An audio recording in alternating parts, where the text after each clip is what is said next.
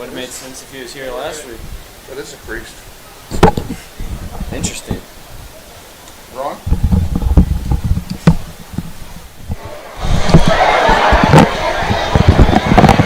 Good evening, ladies and gentlemen, and welcome to Northwest Grizzly Stadium for tonight's Greater Wichita Athletic League Varsity Football Contest featuring the Blue Aces of Wichita East High School and your Wichita Northwest Grizzlies in a very important game for both teams. East High comes in at 1-2, trying to get back to 500, and the Grizzlies trying to keep that roll going for home field advantage in the playoffs. They come in at 3-0 and trying to stay undefeated. My name is Kevin Arkin. Glad to be with you. Craig Kemrick is alongside. Will join us in just a moment, and we want to welcome you to our broadcast tonight, which is a largely student-driven broadcast. The students in Mr. Shane Monroe's audio-visual class take charge of the production of tonight's game. They'll be bringing you all the pictures that you'll see tonight, and those young people include Jonathan Shue, Max Harbacek, Madeline Shirley, and Trey Quattlebaum. They'll all be running cameras throughout the facility tonight to bring you the best pictures possible of tonight's football contest. Let's bring in Craig Kemrick at this point. Craig, we welcome you, and a big game tonight and a very excited crowd already on hand. Yeah, thank you, Kevin. And I have to agree with you. It's a very big game for Northwest here, and they're coming off a really good win last week against Cape and Mount Carmel. It sucks that we weren't able to film or record that game. It was a comeback victory, and it was a really good, hard-fought victory for Northwest. And I can only assume that they would like to build on that and just keep the roll running and go 4-0 against East here. And they came back from a 28-7 deficit in that game, and a game in which, quite frankly, the Grizzlies did not play well at all in the first half. Now, granted, the first half was played in rain, but it was raining for both teams, and that's the only argument I have against what I'm saying. But the rain did affect play. There were a bunch of bad snaps on the ground in the first half, and they were largely caused by wet balls, and they affected the play and the score at halftime.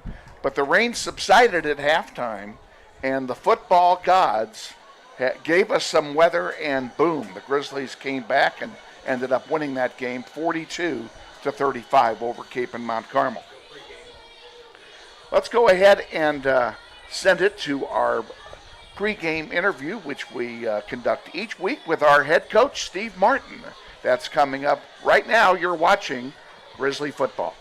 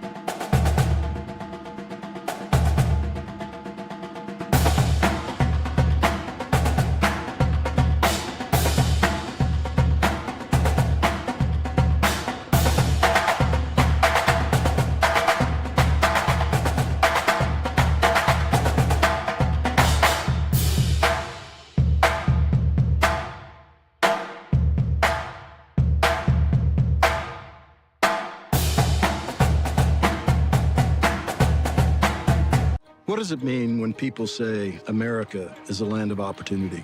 It means the power to discover, To redefine yourself. To improve yourself. to challenge yourself. To realize there's more in you Than you ever knew. that you could do.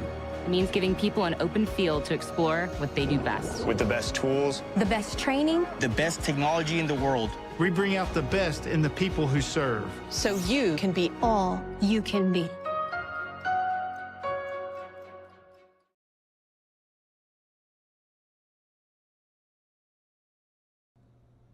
Hey Grizzly Nation, this is Eric Hofer Holdeman, your principal at Northwest High School. Did you know Grizzly Pride is the combined booster club and PTO here at Northwest? They support both athletics and academics. We're asking you to join Grizzly Pride this year. Due to these extraordinary times, Grizzly Pride doesn't have the same fundraising opportunities they normally have, and we need you to join and offer your donation to help Grizzly Pride out. Go to our Northwest webpage, join today. Go Grizzlies.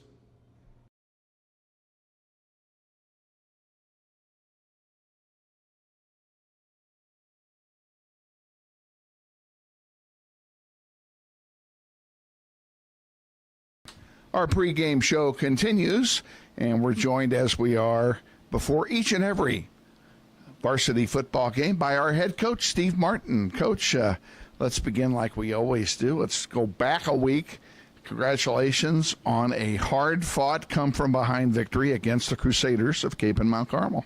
Yeah, I thought it's probably the best thing for our team at this time is having a game of that caliber.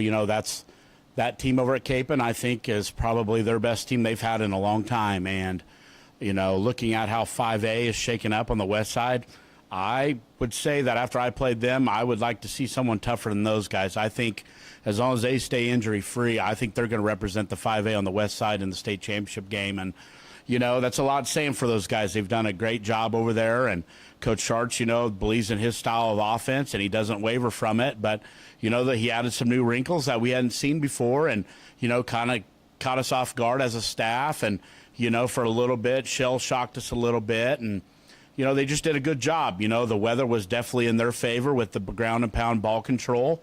And they used the advantage. I remember in pregame when it starts pouring rain on us, I go, Weston might have done something. He must have made a deal with the devil tonight because, we thought going in we had a great game plan if it was going to be good weather. We didn't see any rain in the forecast.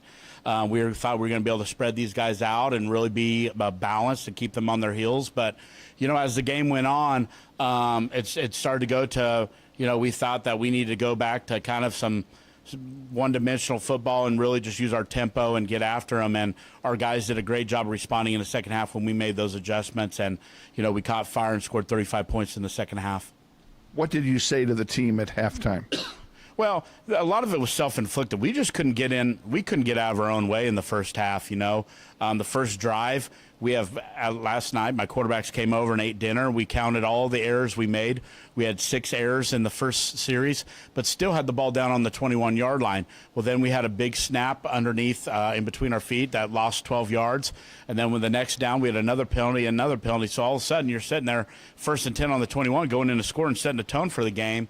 And all of a sudden, you're in 3rd and 22, and, there's not a lot of offenses that are built for 3rd and 22 calls. And, it was that way again, the second series. And then the third series, Jalen Mason let us down to a touchdown about 6 plays. And, you thought, okay, now we're in rhythm.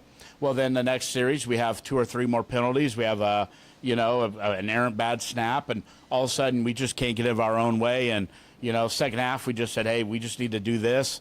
The rain quit. We just went to really a lot of tempo and down your mouth running style like we're always exhibit. And so we didn't worry about putting the ball in the air anymore. And we just really ran the ball at them and did a great job.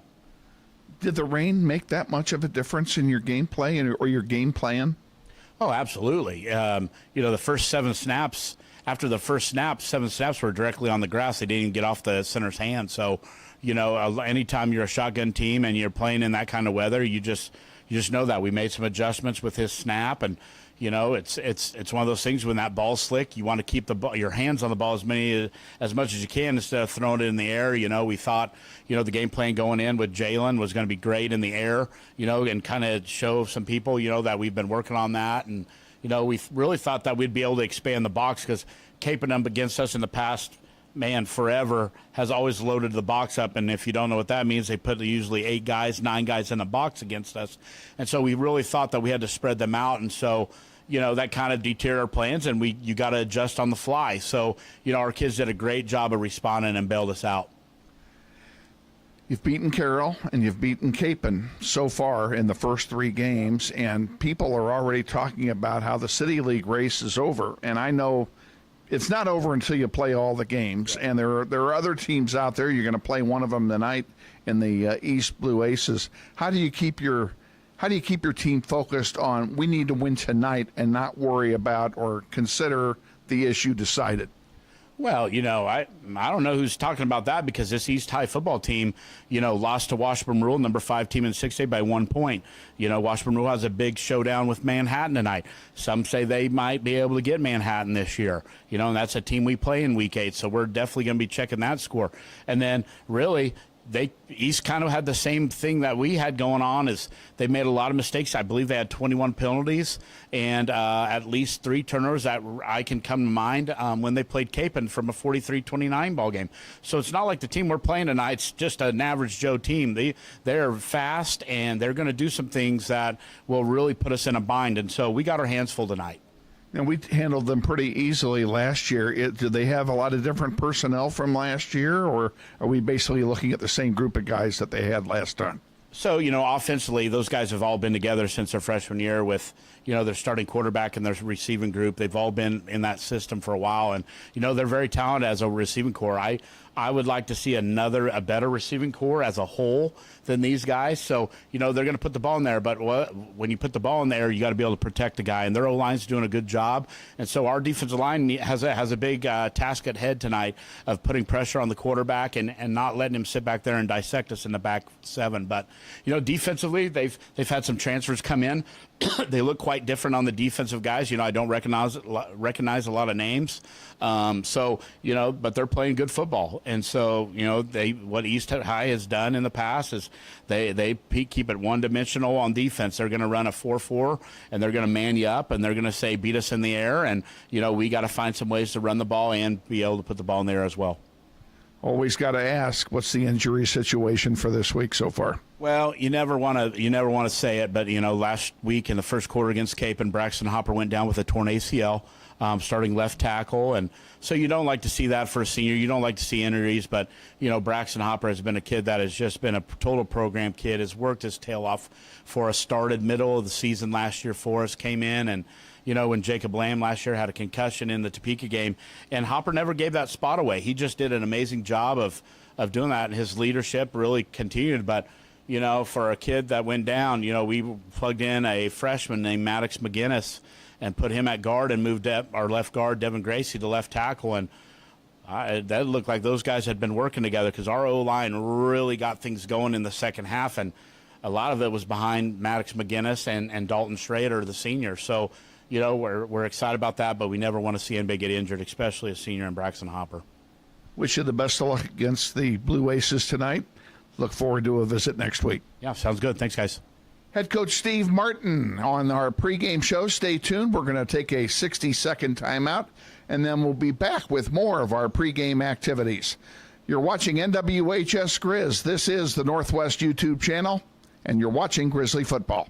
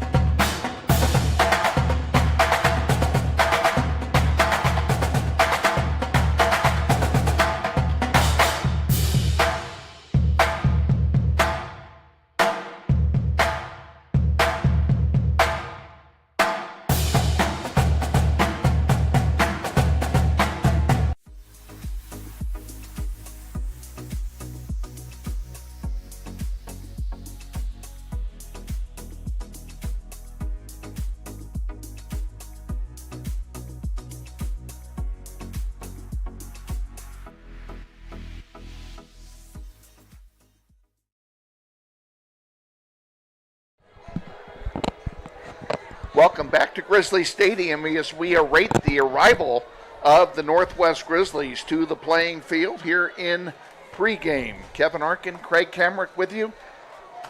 Craig, as we mentioned before, don't want to be too redundant about it, but a big game, and looking out the window, we've got a pretty nice crowd on hand here on the Northwest side, and East High kind of drew well too. Yeah, that's agree with you there, Kevin. It looks like Northwest students, they're fully prepared to support the football team this year. And we saw that during the Bishop Carroll game. It was a really packed game that day.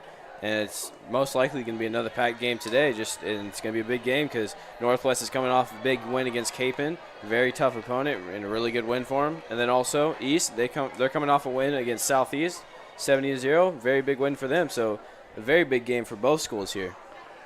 Let's go ahead and we're going to give you what we have with regards to starting lineups while we're waiting for the Grizzlies to take the field. We do not have the starters for East High tonight. They were not sent to us. So we'll just give you the starters for the home team. And Craig, we'll let you start it off by talking about the defense. All right. So starting at defensive end, it'll be number 99, Brady Johnson. At nose tackle, it'll be number 20, Peyton Dean. At the other defensive end spot, it'll be number 0, Trey Birch. He'll be 6 foot, 260 pounds. And at a linebacker spot, it'll be number 34, Quavon Harris.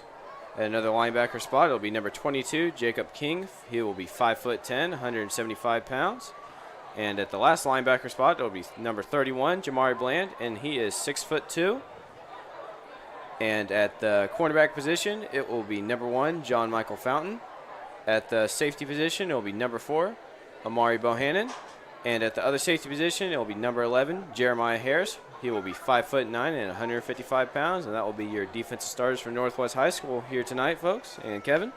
And, you mentioned two names that are going to be big, and that's Trey Birch and Jacob King. Those two are the leaders of this defensive unit, and they're both off to outstanding seasons in their senior season. So we're going to be looking for a lot from them here tonight. Let's talk about the starters on offense for Northwest. At left tackle, number 66 is Devin Gracie, a 5'10", 235-pound junior. At left guard, Maddox McGinnis, a freshman, getting a start tonight. At center, Nathan Davis, 6 foot, 255 pounds. Nathan is a senior. At right guard, Dalton Schrader, a 6'5", 280-pound senior. Right tackle, D'Angelo Williams. And D'Lo is wearing number 78 tonight, and he is a sophomore. Your skill players. Let's talk about the quarterbacks. We expect a platoon version of quarterbacking tonight.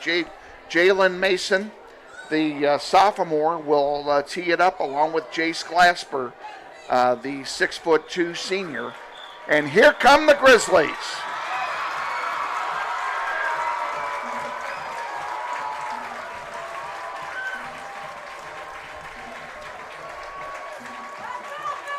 And the crowd reacts accordingly as the Grizzlies take the playing field.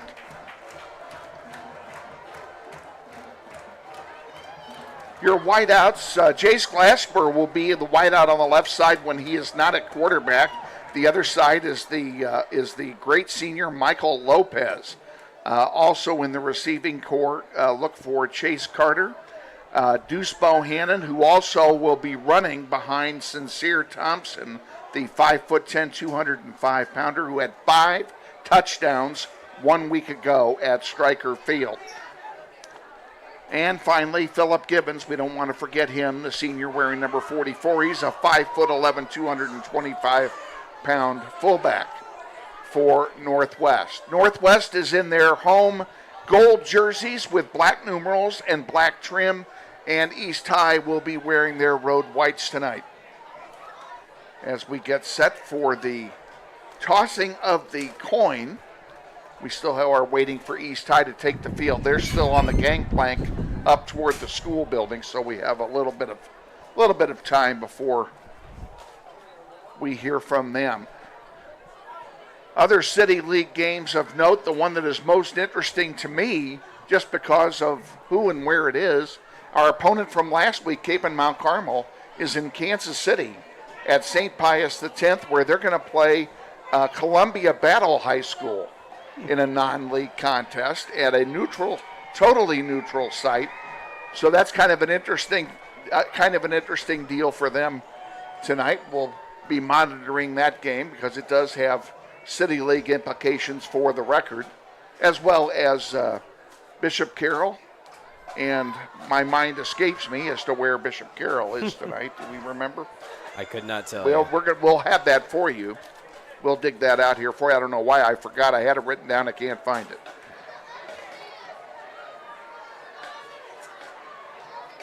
Again, it's a beautiful night here in Wichita. Temperature 79 degrees.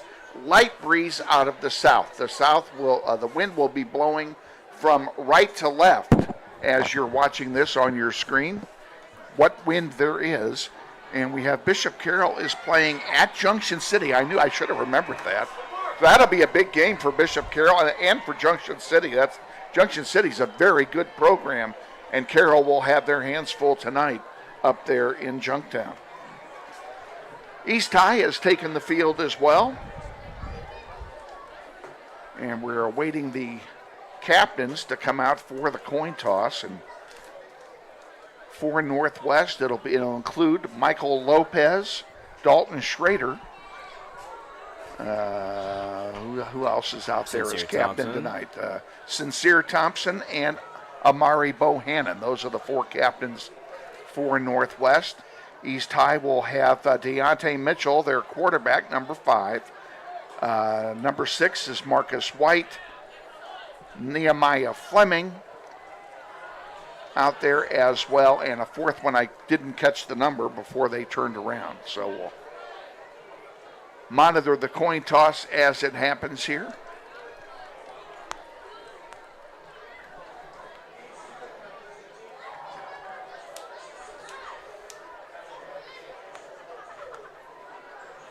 We can't hear the referee's mic here tonight. He turned it on, but it's not able to be heard. Looks like Northwest won the toss.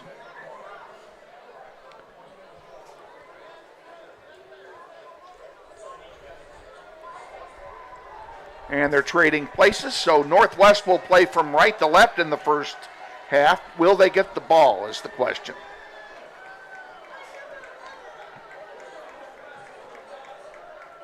They have deferred, so East High will receive to start the game.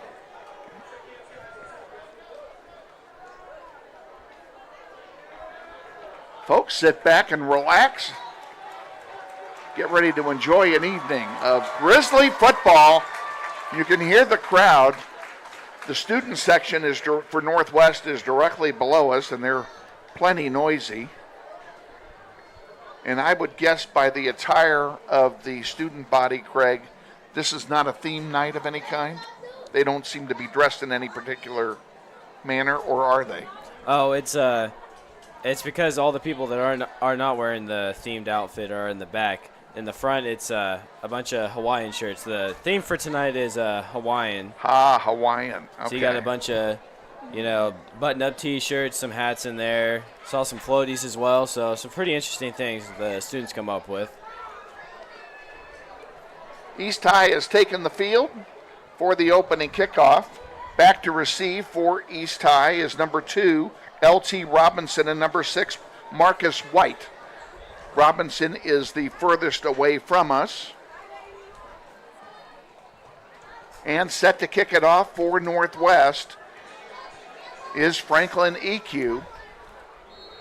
And it'll be interesting to see whether John Lee is here tonight. We'll talk about that in a moment. A low squibber on the 10 by Robinson. He gets to the 20. And out of bounds, looks like at the 21 or 22-yard line. That's where they'll have it. First down and 10. And they'll be setting up behind quarterback Deontay Mitchell, number 5, the senior, 6 foot, 200 pounds.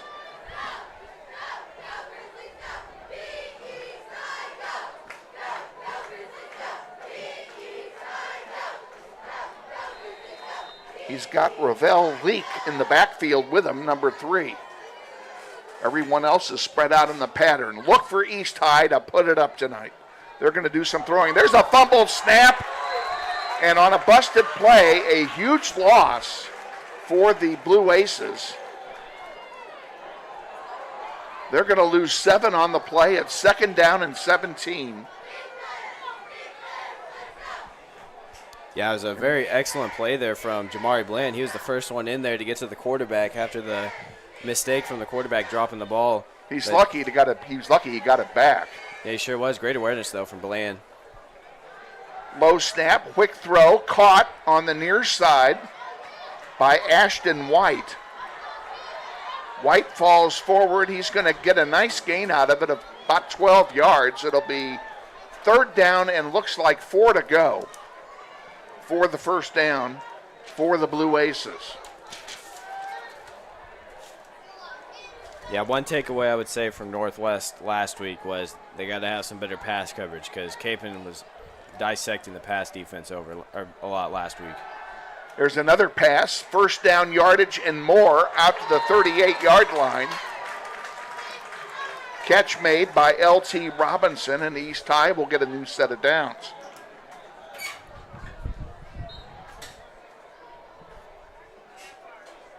Yeah, and this is not unexpected, Craig, for them to be throwing the ball with Mitchell at quarterback, and everybody knows how well we handle the run.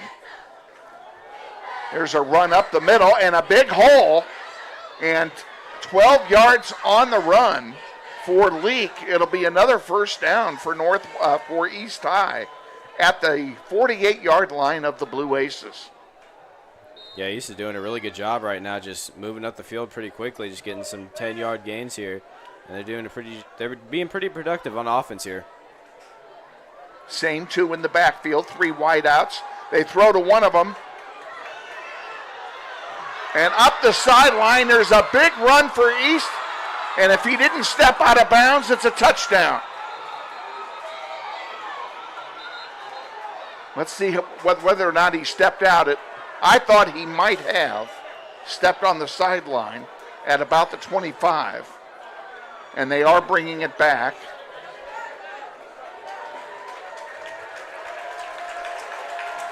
Looks like there was a holding penalty called there on East High School. I guess it doesn't matter then if he stepped out of bounds, does it?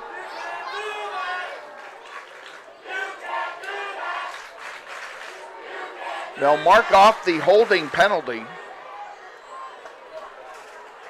and it will end up being 1st down and 4 to go.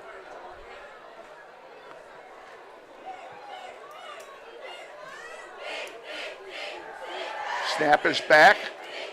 Pass thrown out there to Leak.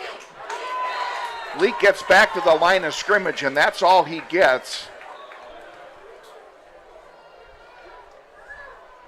That'll make it 2nd down and 4 from the 47-yard line.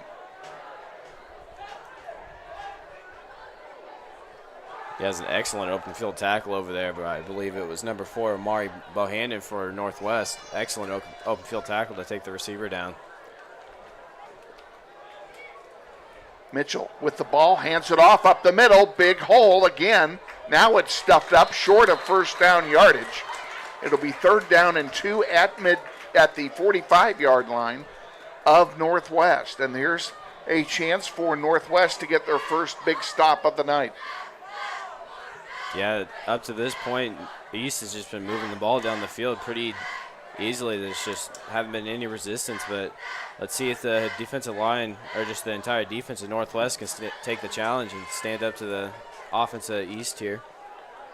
East High with some momentum after a big win of 70-0 last week against Southeast.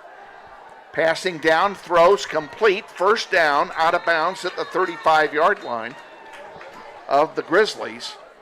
They'll move the sticks. Clock stops, 8:39 to go, 1st quarter, no score.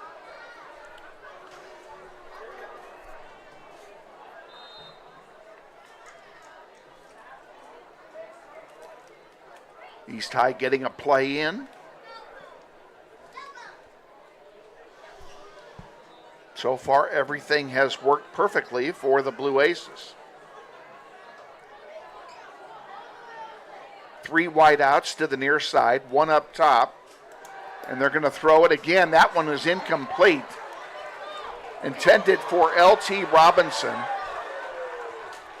It'll be 2nd down and 10.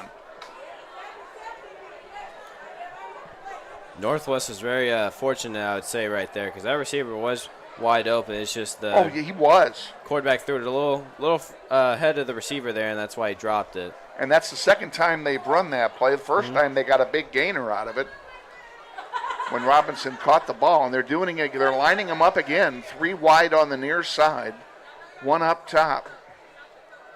Back to throw is Mitchell down the middle, and it falls incomplete. It will be 3rd down and 10. And this might be 4-down territory, Craig.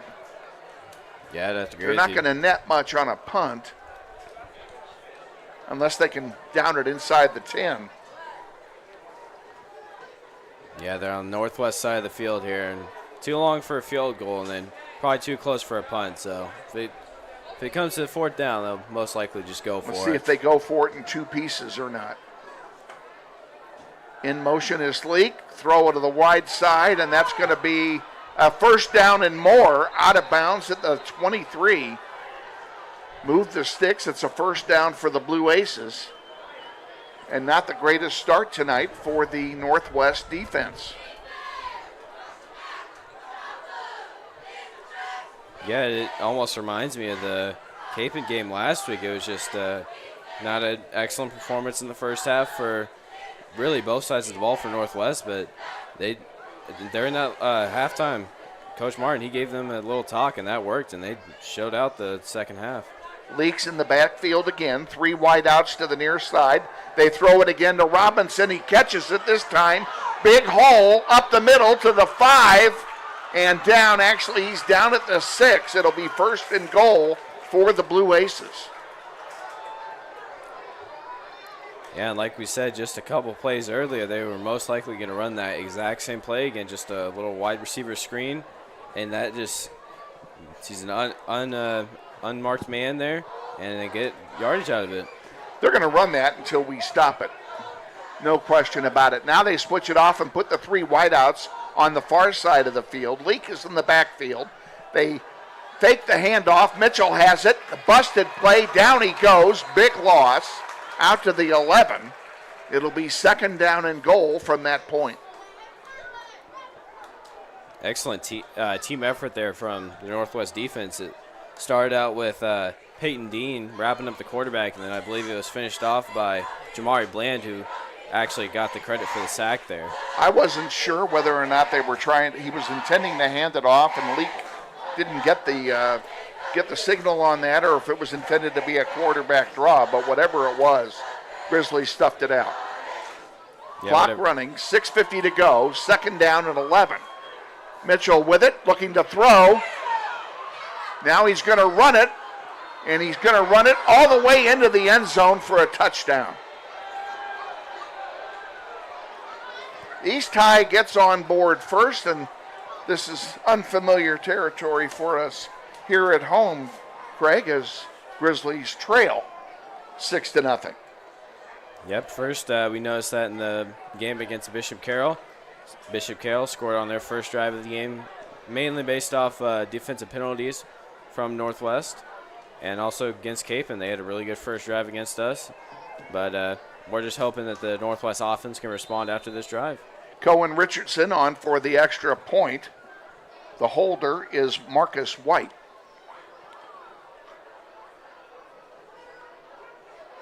Ball's down, kick is up, and it's good.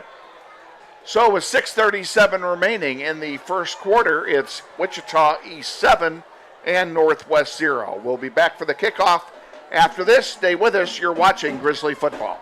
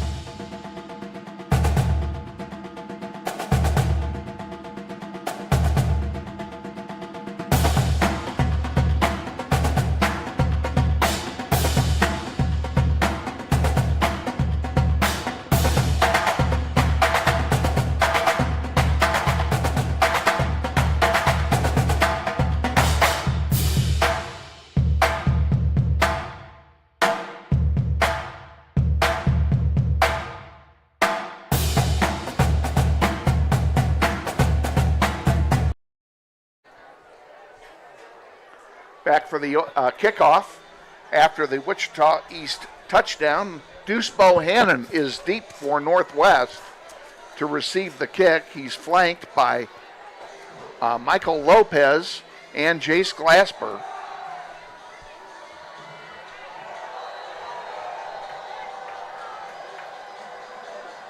And Richardson will kick off for the Blue Aces.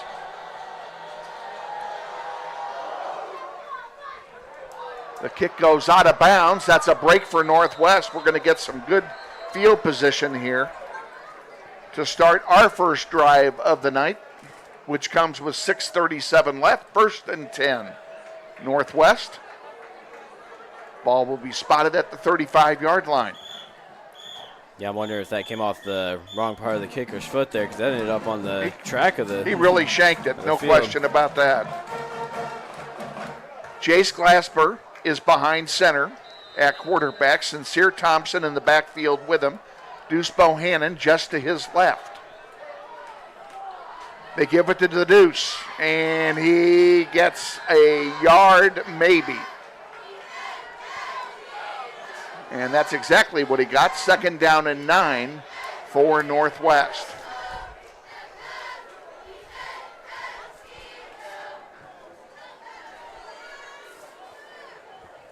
Northwest a little confused on their package. They had people shoveling in and out. Now they've got it settled. Glasper and Thompson in the backfield. This time we're going to have a fake throw, and Glasper's going to now throw it and gets it completed all the way up to Jay-Sean Dirting inside the 40-yard line of East High. A great pass play of 24 yards. And a hurry-up offense. There's a run up the middle. That's Bohannon with the ball. He's going to pick up a couple. He'll get it down to the 32-yard line. 2nd down and 7. Quick handoff this time to Sincere Thompson, and he is wrapped up by 5 white shirts and goes nowhere. Gets back to the line of scrimmage where it'll be 3rd down. Yeah, I really like that pass from Glasper to Dirting there. And there's a whistle. Looks like we have, what do we have here? A timeout taken? Northwest has taken a timeout. Okay, we'll take it with them. 5 minutes, 5 seconds remaining in the first quarter. 3rd down and 7. Grizzlies trail 7-0. We'll be back. This is Grizzly football. What does it mean when people say America is a land of opportunity? It means the power to discover, To redefine yourself. To improve yourself. to challenge yourself. To realize there's more in you Than you ever knew. that you could do. It means giving people an open field to explore what they do best. With the best tools, The best training. The best technology in the world. We bring out the best in the people who serve. So you can be all you can be.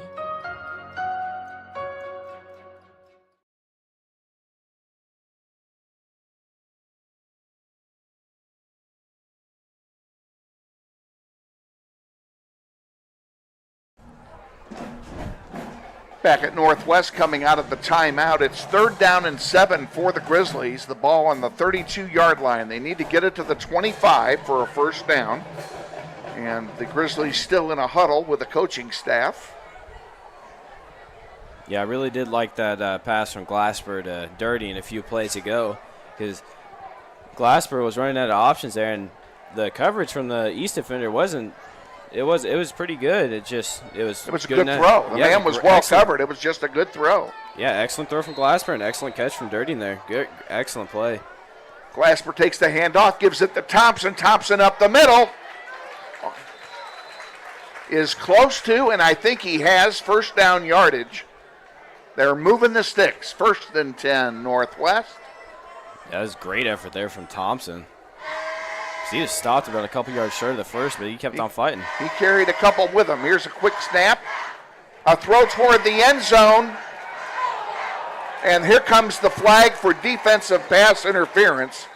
And there's no question about it because Chase Carter had a player draped all over him. Yeah, the coverage was tight, and I guess it was just a little too tight. Yeah, well, he was hanging all over him. There was no question that was interference. So that'll be that's not a spot foul in high school. So they will mark this off. I would expect the ball to be somewhere around the 15 to the 10-yard line when this is all.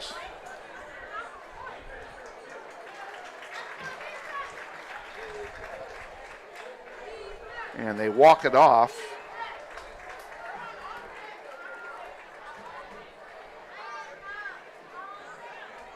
And pretty good guess on my part. They spotted it at the 12.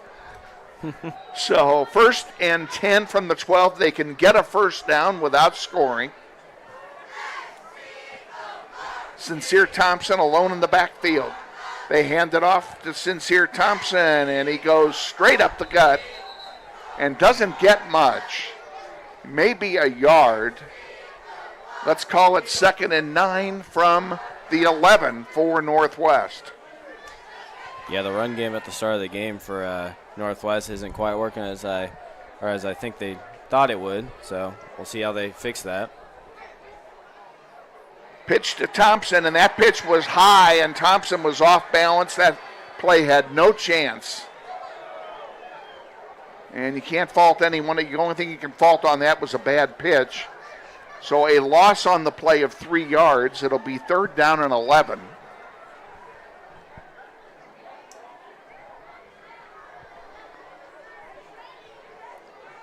Thompson in the backfield with Glasper. Chase Carter on the near side. 2 wideouts on the top. Bohannon went in motion, and a whistle. I think we're going to have a false start.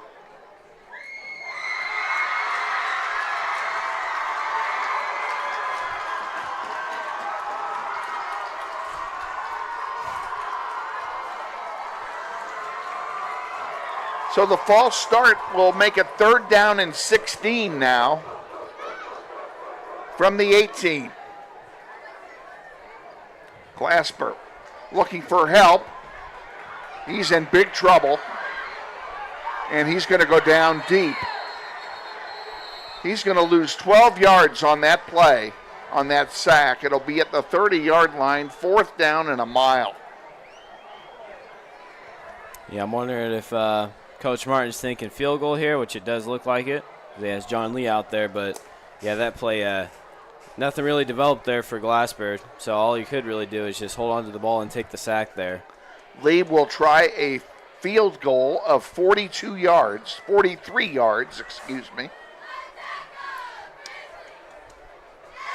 with Glasper holding.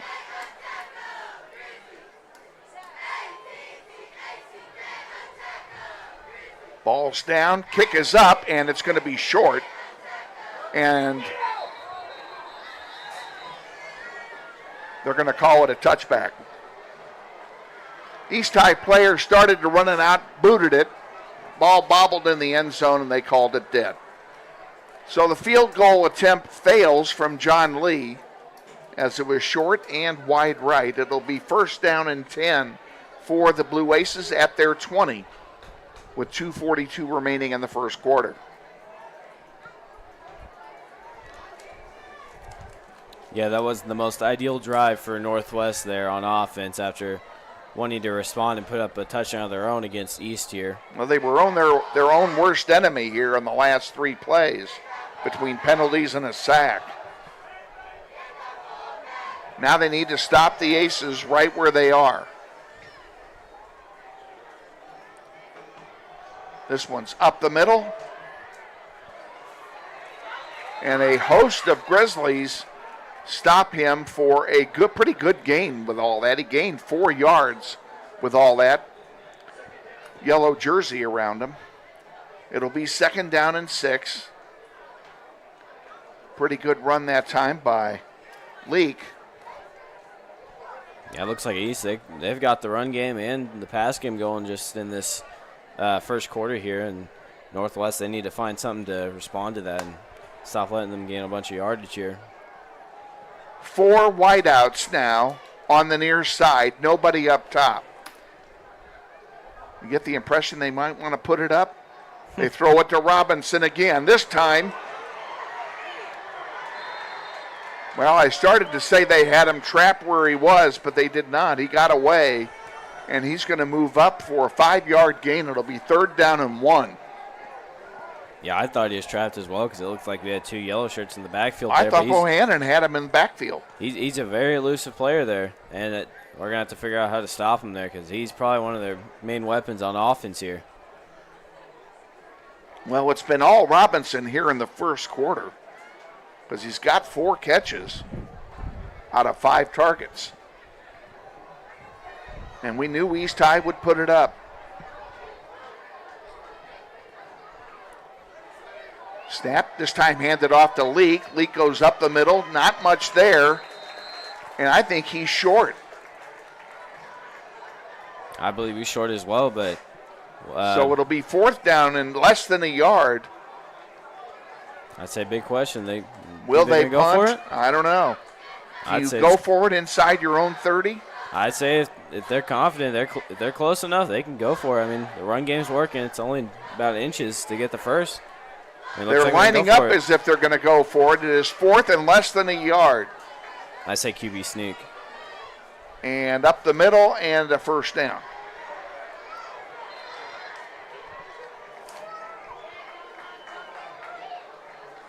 Mitchell carried it himself that time, got the 1st down, and it'll move the chains. That's interesting to me that it was a design quarterback sneak there, and the quarterback somehow got free from the Northwest defense there and gained about 5 or so more yards than what he probably should have. Well, what's impressive to me is that they called the play in the first place that deep in their own territory, and that shows tremendous respect for the Northwest offense. We've run to the end of the first quarter of play, and we're going to go ahead and take a timeout at the end of 1 quarter.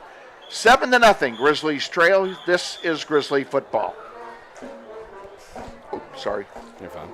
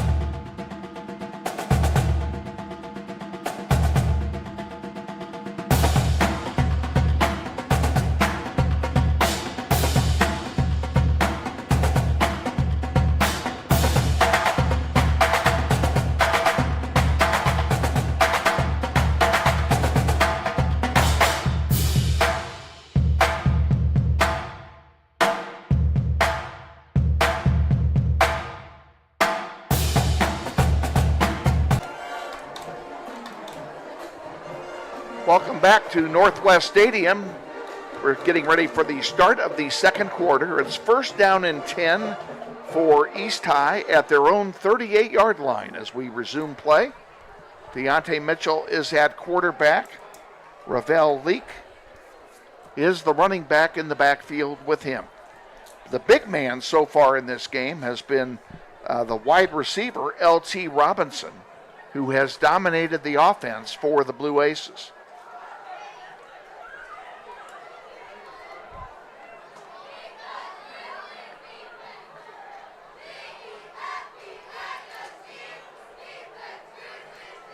Now the ball is on the far hash, and they only have 1 wideout on the near side. That's Marcus White. Yeah, I do got to say, Kevin, just for that first quarter of play, seemed like East is definitely in control of this game so far. They're lined up as if this is going to be a running play. And a bad snap, and down goes Mitchell. And the bad snap cost them everything. They had no chance to generate any kind of play after the ball hit the ground. So a break for Northwest. It'll be 2nd down a loss of 4 on the play. It'll be 2nd down and 14. Yeah, very good first play just in the second quarter here from Northwest, because they need to find some way to just turn the momentum to their side. Because the East, they're just running whatever play they want, and it's pretty much working to this point. In the backfield,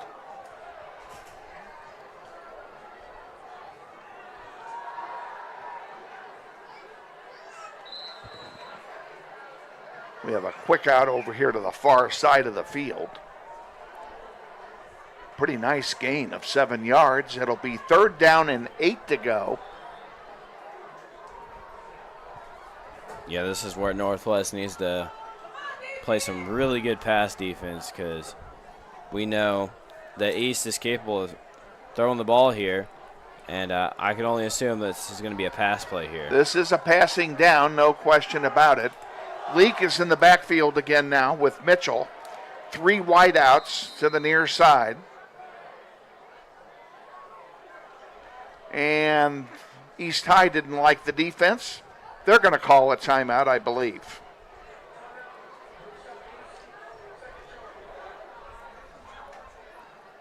And with the timeout being called, let's go ahead and take one of our own. 11:13 to go in the first half. Grizzlies trail 7-0 to the Blue Aces. You're watching Grizzly football.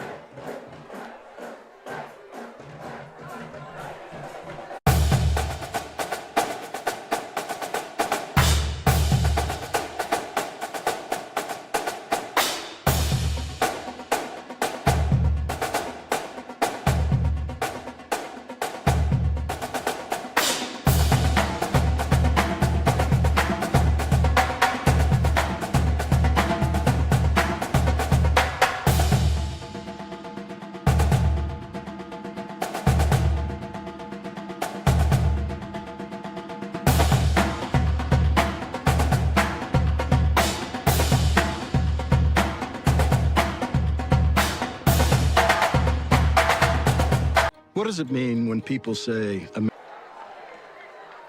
Welcome back. East High has just run a play for a first down, a short pass play to the far side of the field. It'll be 1st down and 10 for the Blue Aces at their own 48-yard line.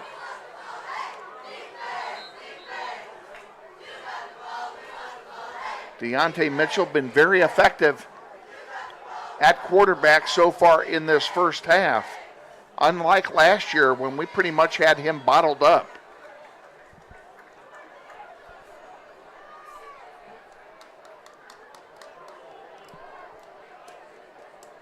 Now it looks like we have another timeout of some kind taken. We'll keep it right here this time.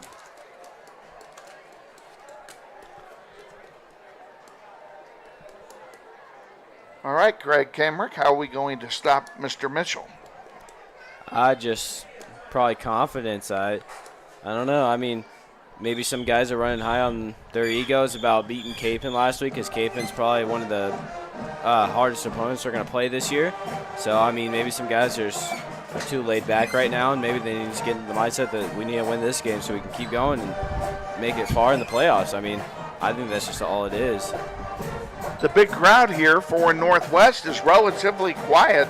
They haven't had much to yell about here so far in this game. The first quarter was all Wichita East. Grizzlies, they didn't have to punt, but on their only long drive, they kind of fell backward at the end with 3 losses on 3 consecutive plays, including penalties and sacks. So the Northwest offense just hasn't been able to get it cranked up here so far tonight. Sincere Thompson has been very quiet in the first quarter. Yeah, East is also playing some really good really good run defense as well. They're not allowing Deuce Bohannon or Sincere Thompson to have any space and get in the yards, so they're playing pretty well with some run defense. And also, I would say maybe one major problem for us is just we're missing Braxton Hopper, one of our offensive linemen. He's out with a torn ACL for the rest of the season. That is a shame. Yep, and he's replaced by Max McGinnis, but a freshman. But also, Coach Martin, he said high praises in the interview. He did. So hopefully McGinnis, he can take over for We'll Hopper. see if he steps up. We got a lot of time to find that out. It's something we'll keep an eye on. 1st and 10 now for East High. Ball at the 48-yard line of the Blue Aces. Leak and Mitchell are in the backfield. Robinson is a wide out to the left on the inside part of the post. And Marcus White is on the outside. Now Robinson goes in motion, goes to the other side, and a run up the middle. And Leak takes 2 players with him and picks up 3 yards on the carry. It'll be 2nd down and 7 to go.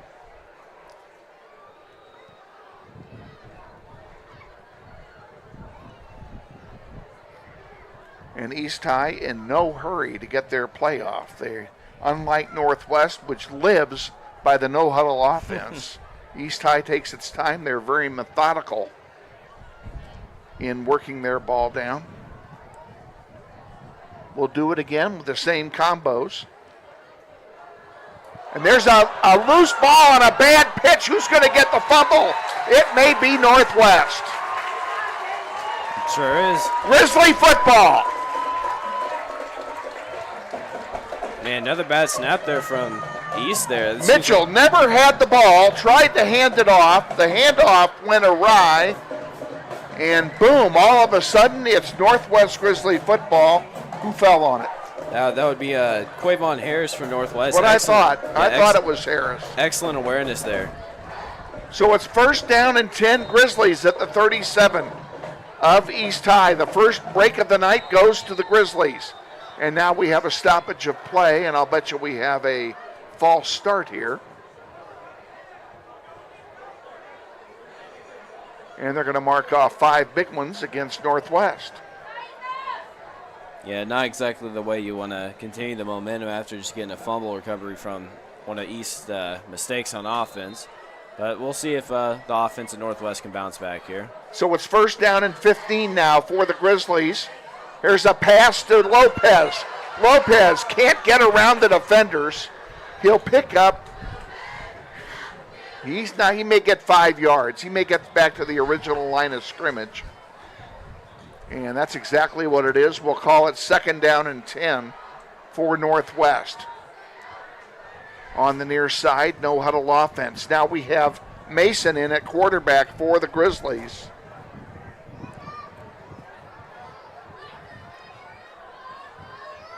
He's winding up the throw, puts it up in the air, caught at the 15-yard line by Jace Glasper. Michael Lopez. Yeah, Lopez. Lopez, excuse me. Michael Lopez gets a big gainer of 32 yards on that play.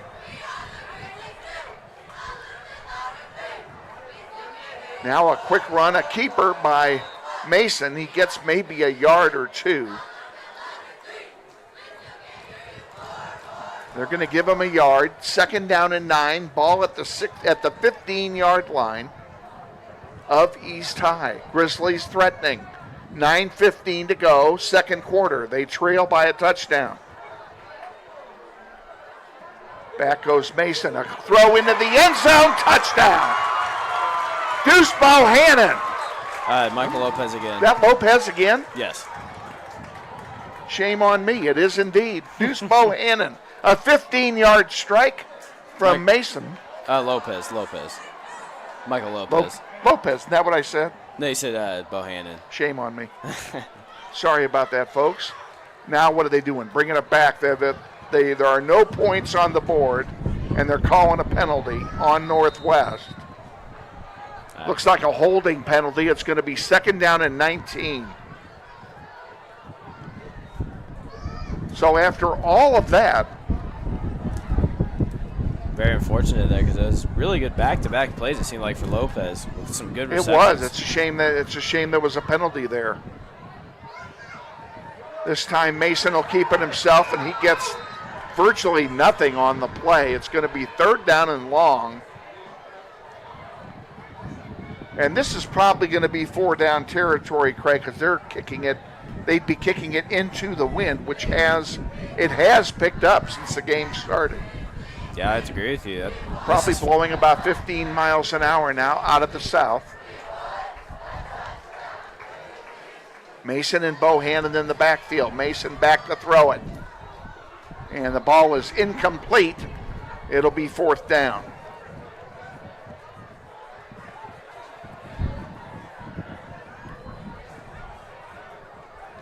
And the Grizzlies are going to keep the offense out there. They got a long way to go. They have to get it to the 6-yard line to get a first down. They're at the 26. There's a long pass play. Caught by Lopez. At the 1-yard line, 1st and goal. Man, Lopez, he's really running this offense right now. He's sprung this offense That guy all the is way down the amazing. field. Yeah, he sure He is. is amazing. He's one of our best weapons on the offensive side of the ball. 1st and goal, Northwest.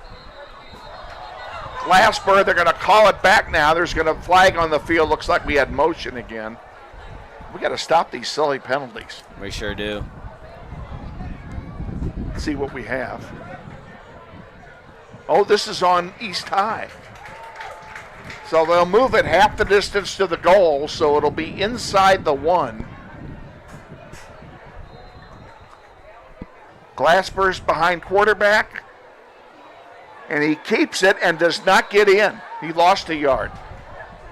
2nd down and goal now.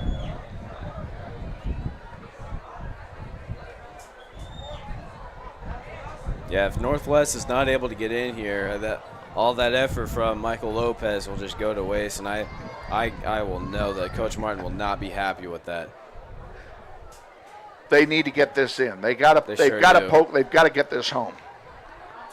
Thompson in the backfield gets the ball, goes up the middle, touchdown. And there's Sincere. Seems like he's been a little quiet to the start of this game, but there he goes. He gets his first touchdown of the game and gets Northwest right back into the game. Got it when we needed it, that's for sure. John Lee is on the field to try the extra point. Jace Glasper will hold. And this extra point is to tie it up.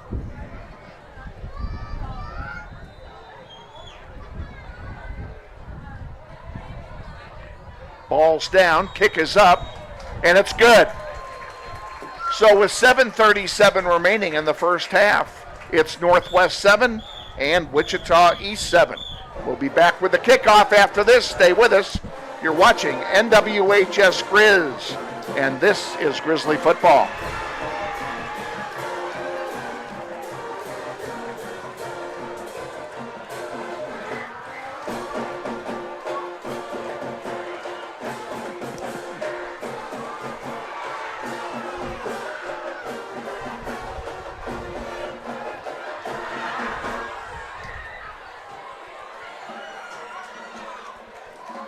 America is a land of opportunity. It means the power. What does it mean when people say America is a land of opportunity? It means the power to discover, To redefine yourself. To improve yourself to challenge yourself. To realize there's more in you than you ever knew. that you could do.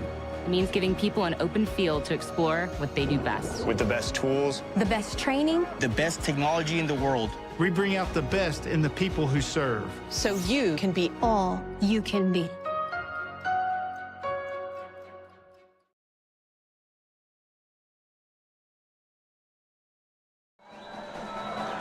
Northwest set to kick it off. Franklin EQ standing over the ball. Kicking into a 15-mile-an-hour wind.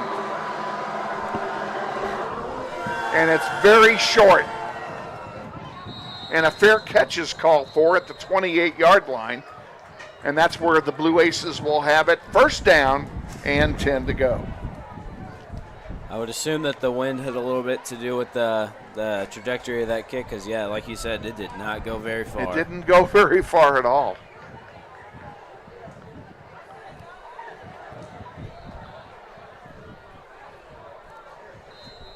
Well, it's a brand new ball game, Craig. It sure is. I mean, Now we get a defensive stop, get a quick score, take charge of the game. That's the game plan. yep, Northwest, they responded with their own drive of a touchdown. Let's see what they can do on defense. Mitchell and Leak in the backfield. Mitchell takes the snap, throws it wide, intercepted! 10-5! First down and goal, Northwest. Holy cow!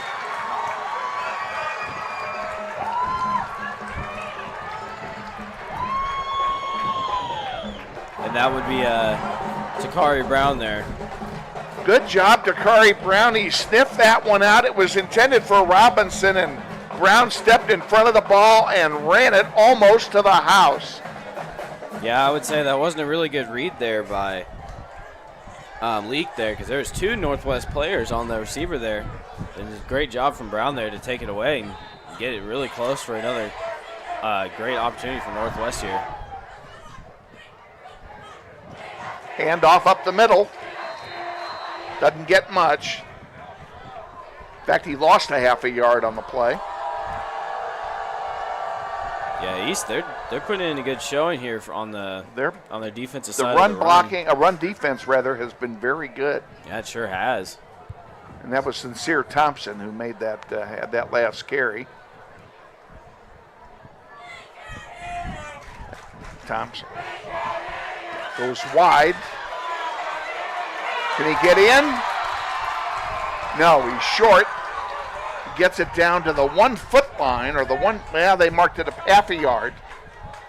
It'll be third down and goal from the 1. Yeah, great job there from Bohannon to just split the edge and just try to get as much as he could. Up the middle, and it's stacked up. He's not going to get in.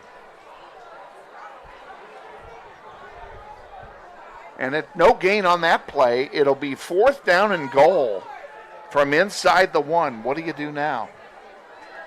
That's a good question, because the last 3 runs, they have not worked to what Coach Martin expected. So let's see what Northwest can draw up here on fourth and goal here.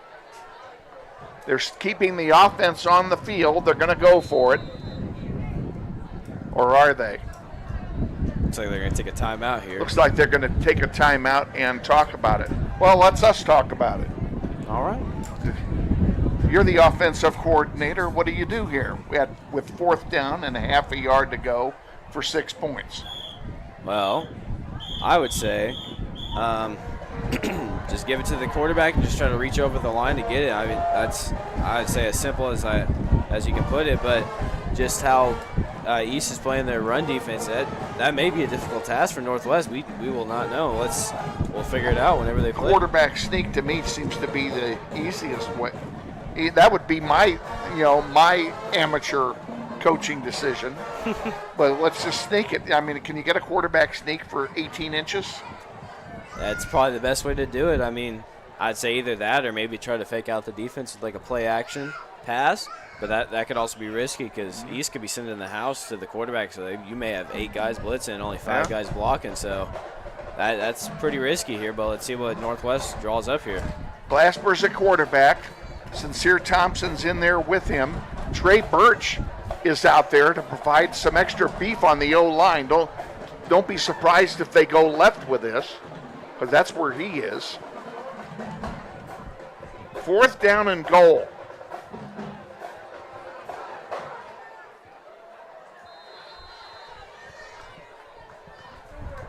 Thompson with it, and I don't think he's going to get in.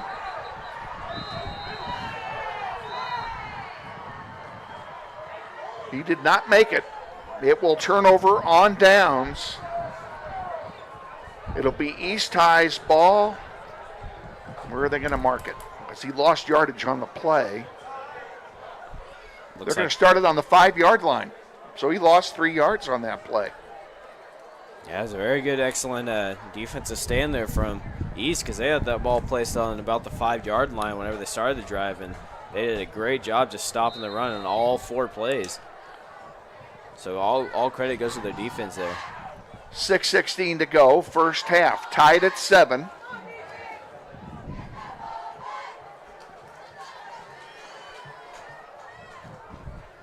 Williams and Leak are in the backfield.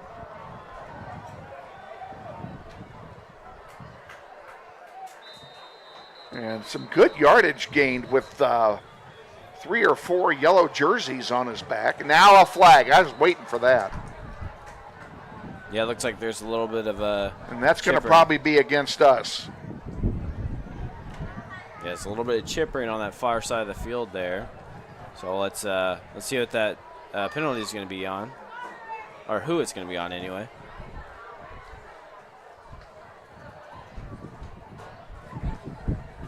Referees are still talking it over. Boy, the crowd is quiet.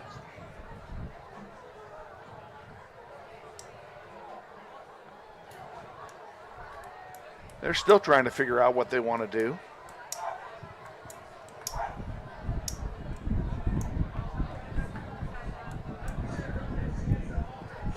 Well, they called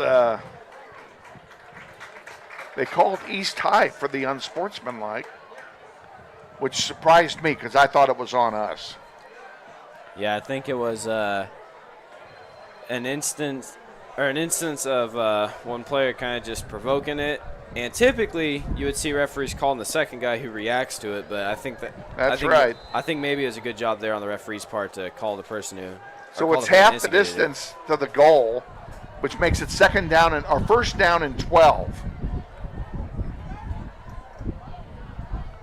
I guess did the down count? The down did count because it was after the play was over. So that was a second down play. They run it up the middle. Don't get much. It'll be 3rd down and long for East High. They'll have it 3rd and 10. Yeah, I think this is the best position that the Northwest defense wants. This East offense. This is where we need to stop them right here, Craig. Yep. They got them backed up deep in their own territory, and they just want to force a punt out of this. And also just trying to punt in your own end zone, that could be a really difficult task. So really don't be surprised. A lot of bad things can happen. Yeah, don't be surprised if they could possibly block a punt if they can stop them here on 3rd down. 3rd down and 11, ball at the 5-yard line. And now a timeout's been taken by East High. That'll be the last timeout that they have in this half.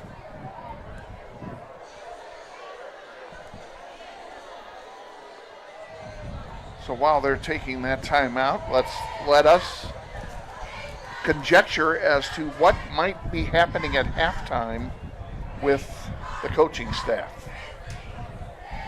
With the halftime meeting. Oh, yeah.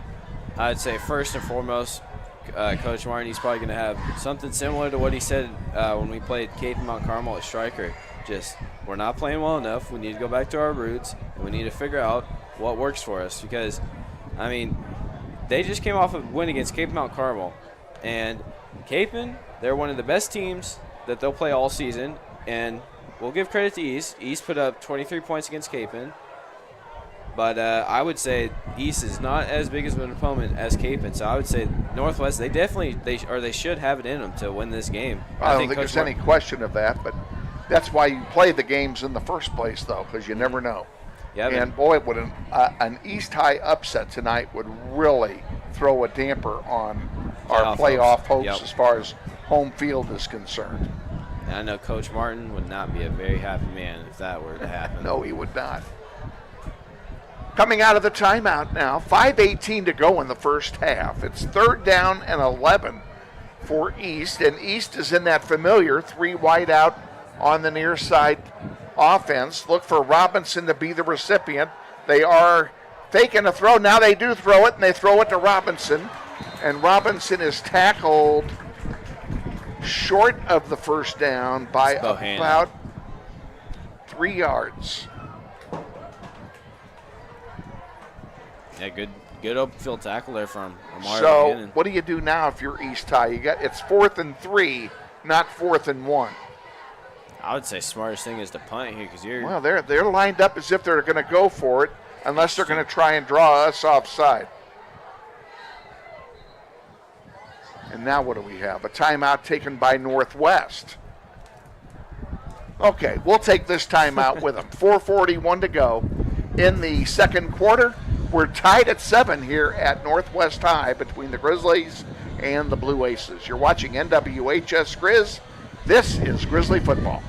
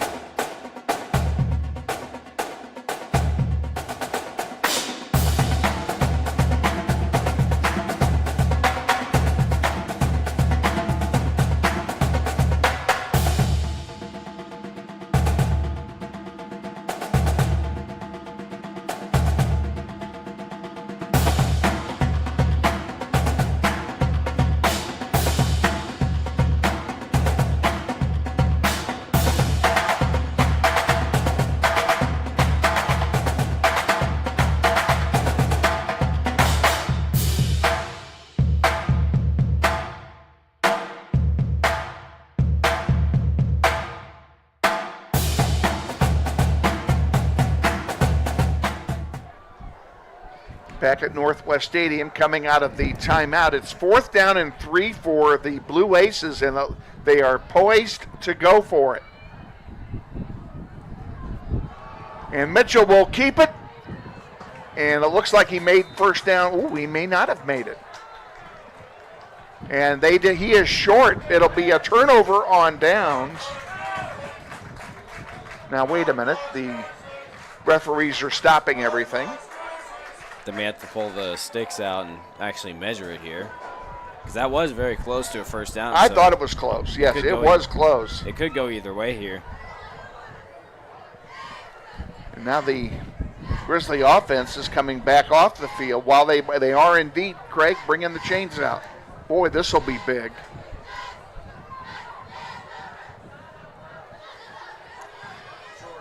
He's short. First down Northwest in great field position again. The ball is spotted, I believe, at the 13-yard line. Now, hopefully on this possession, Northwest can get any sort of points here, because it was really kind of depressing on the last drive where they started the 6 and they came away with nothing. Yeah, but defense played really great after they gave up that possession. I think the only way to reward the defense for playing great is just score anything here, score a touchdown, preferably anyway. They mark it at the 15, so it's first down from that point for Northwest. Mason is at quarterback, takes the snap, back to throw, throws it in the end zone. Touchdown! Michael Lopez! Man, Lopez, he is one great receiver for this Northwest offense here. Beautiful throw from Mason and a great catch by Lopez. It's 13-7. John Lee is on to try the extra point. Also does a great job just making sure he caught that under some pressure, because he had an East defender right on his back, so it wasn't that easy of a catch there. Glasper will be the holder. Ball's down, kick is up, and it's good. With 4:28 remaining till halftime, it's Northwest 14, East High 7. We'll be back with the kickoff after this. Stay with us. You're watching Grizzly football.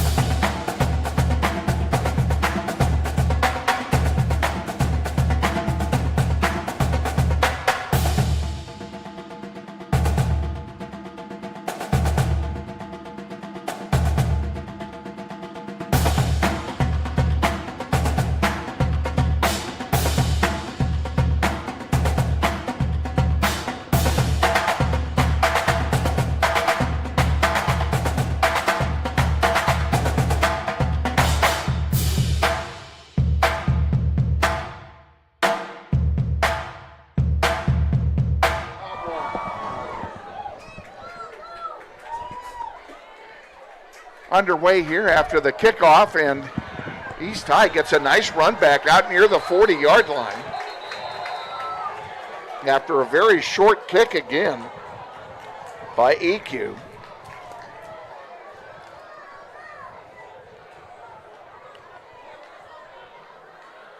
And the referees are talking about something. There may be a flag. Did you see a flag, Craig?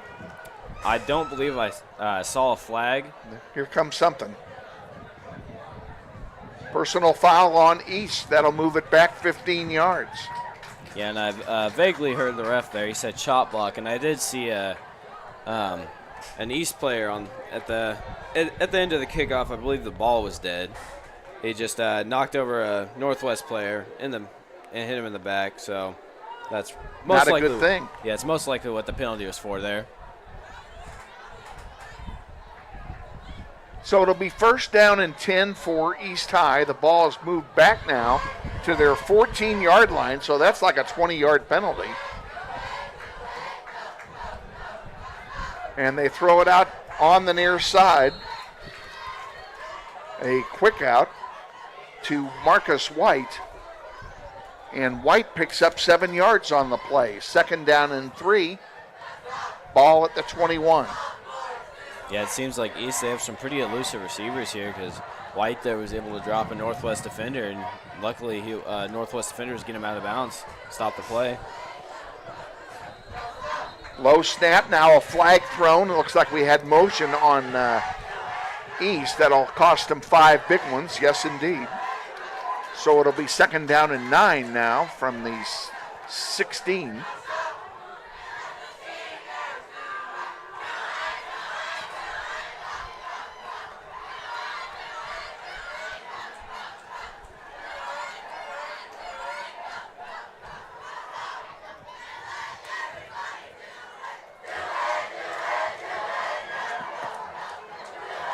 East comes out of the huddle. They're taking their time. 4:13 to go.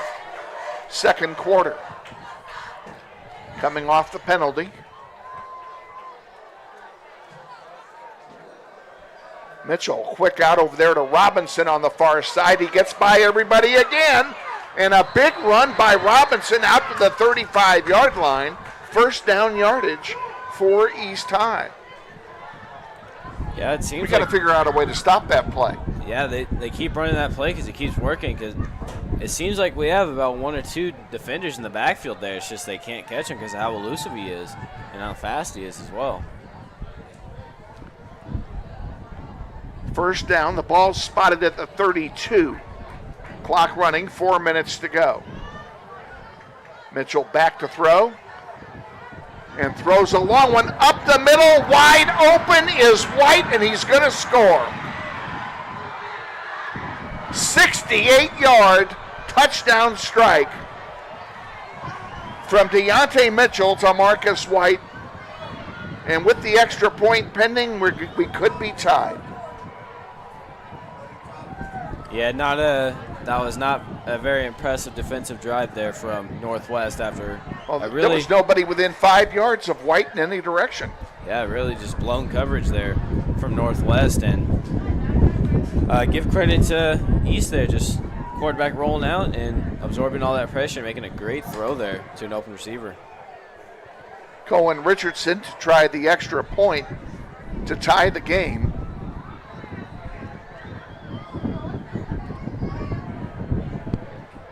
Balls. Oh, loose ball! Picked up. And run in. Now, what are they going to call here? The referees are getting together. Is there yellow on the carpet? Don't believe so. But we'll see what the referees come up with here. I think what they're saying is when he picked up the ball, his knee was down.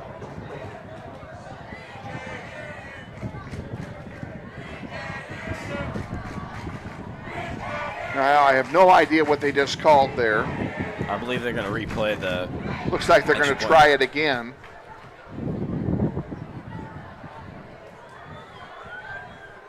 And there's no additional yardage involved, so again, this is the extra point to tie it. Ball's down, kick is up, and it is good. With 3:44 to go in the first half, we have a brand new ball game. 14 all. There's some... Hang on, folks. There's yellow on the carpet. Yep. I didn't see that. I believe it was for hitting the kicker after he kicked the... Well, that'll be assessed on the kickoff. Let's see what they call.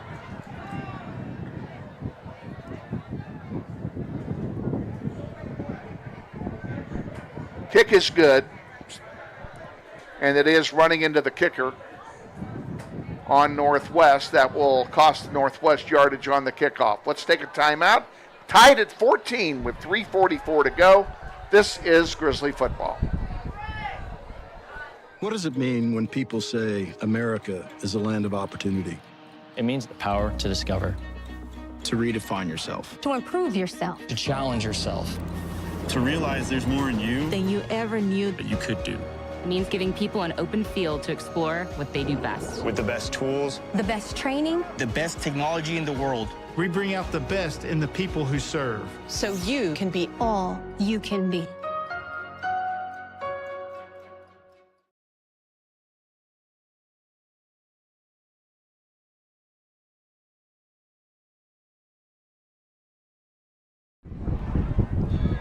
Back at Northwest Stadium awaiting the kickoff. They're moving the ball around as Northwest was assessed a roughing the kicker penalty.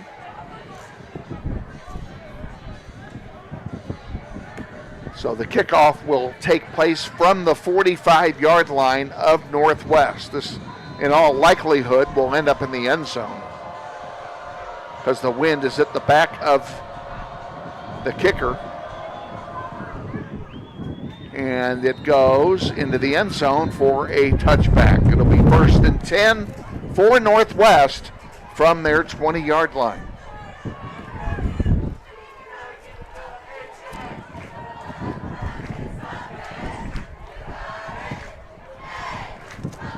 Yeah, let's see how Northwest can respond offensively here after a very slow start to the game, but they put together a few good drives. Bohannon and Thompson are in the backfield. On the near side, a good gain that time by the Deuce. Yeah, it's one of the few times he picks up 8 yards on that play. Yeah, oh, sorry, Kevin. One of the first few times today that we've seen Deuce Bohannon just get some open field and get some yards there because East, they're playing some really good run defense right now. They are. Chase Glasper is a quarterback. Thompson is in the backfield now. And Glasper will keep it himself. Cuts up the near side. Big hole, big yardage, and first down for Northwest all the way out to their 42-yard line. They'll reset the sticks.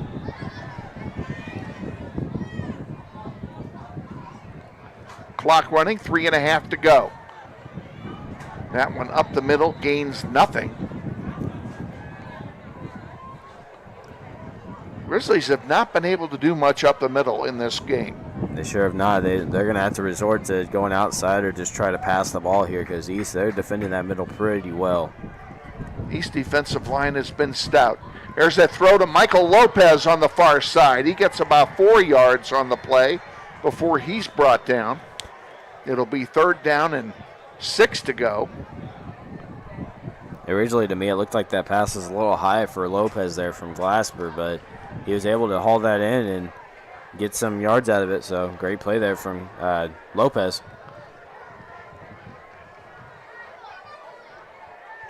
Here's a running play up the middle that gathers no moss because he gained nothing.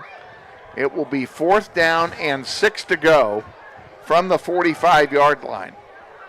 And let's see what they do. Do they go for it? Looks like they will not. And it looks like Mason's going to come in to punt.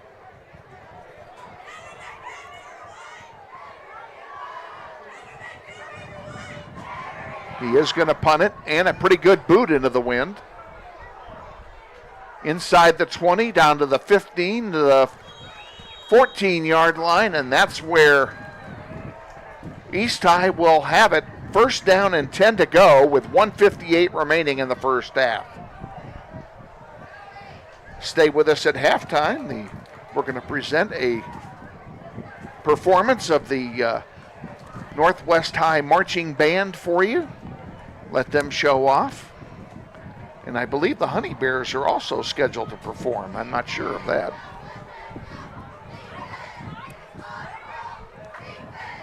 That's what we have coming up for you at the half. I'd say main goal here for Northwest on the defensive side of the ball is just have a better drive than they did last time, giving up a touchdown, or a long 68-yard touchdown anyway. There's that pass from Mitchell to White. White is double teamed there by the Grizzlies. Quavon Harris amongst the pair, along with Jacob King, bring down Marcus White. He gained 7 on the play, though. It'll be 2nd down and 3. Clock running, 1:38 to go. Mitchell goes back. Now he takes it, throws it on the far side to Robinson. He goes out of bounds after picking up the 1st down. Ball's going to be spotted somewhere around the 30. I'd say after the first 2 plays of this drive, Northwest has done a good job of not letting too much run after the catch here. But they're just East is just throwing some big plays here and just gaining quite a bit of yardage here. So Northwest is going to have to stop that. Grizzlies need to get a stop to keep the game tied. 3 wideouts to the near side. Handoff up the middle to Leak. And Leak doesn't get much. He may get a yard. Now they gave him 2. 2nd down, 8 to go.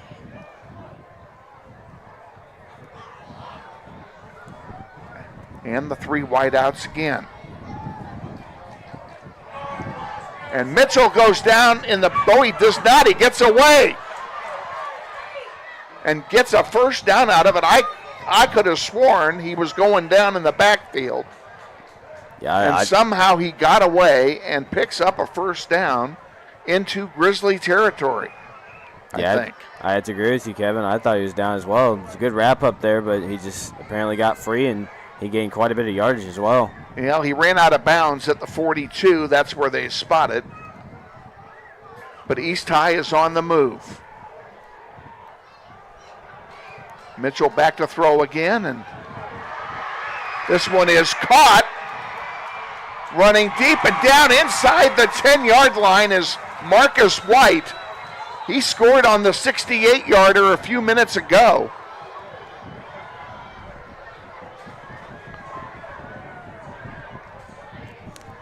That's a 48-yard gain. Yeah, two really long plays there for East. 1st down and goal to go for the Blue Aces. 46 seconds remaining in the 2nd quarter. Clock is stopped. And I can see Coach Martin is looks like he's yelling at the defense there, because that is not the first time that a wide open receiver there's been a receiver wide open and it's just been completely blown coverage. And Grizzlies take a timeout here as East has none. And we will keep it right here. And this is going to be a point, Craig Kemrick, where they're going to have to stiffen up on defense. Yeah, I think find a way to keep them out of the end zone. Yep. Last thing I think Coach Martin wants here is just to give up any points before the half, because it's only 46 seconds away. And I can also assume that in 46 he's Coach Martin's just thinking about what he's going to say to his players during halftime. Mitchell's in the backfield all by himself. Everybody else is in the pattern, and they snap, and now we have a whistle and a flag down. I think someone was either lined up offside or they false started, and it was the latter.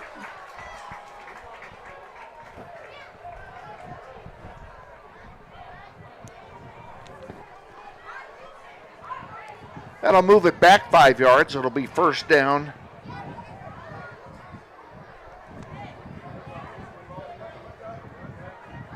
Where did they spot it? I don't see the ball. At the 13. It'll be 1st and goal from the 13.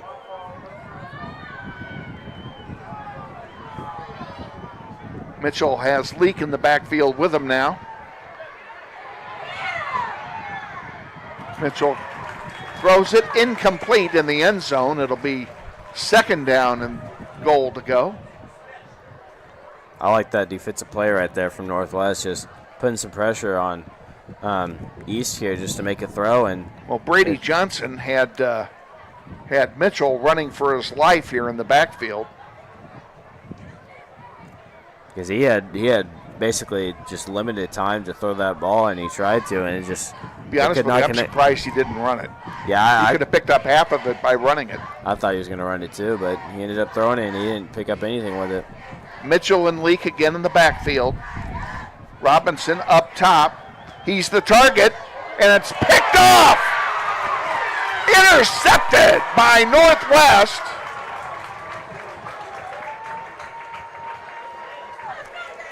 I believe that will be, Jeremiah Harris on that pick, number 11. Jeremiah Harris saves the day for Northwest, keeps the score right where it is at 14, and I'm sure that the Grizzlies will go to the genuflect offense here and regroup at halftime and consider themselves lucky to be tied at the half. Yeah, it was the tip driller, I believe. That's what they call it. And just great awareness there from Harris to grab that ball and don't make any other mistakes. And yeah, they run a play. And there's a flag coming in after the play. Deuce Bohannon didn't get anything. We'll see what the flag is. Clock is stopped with 9 seconds remaining.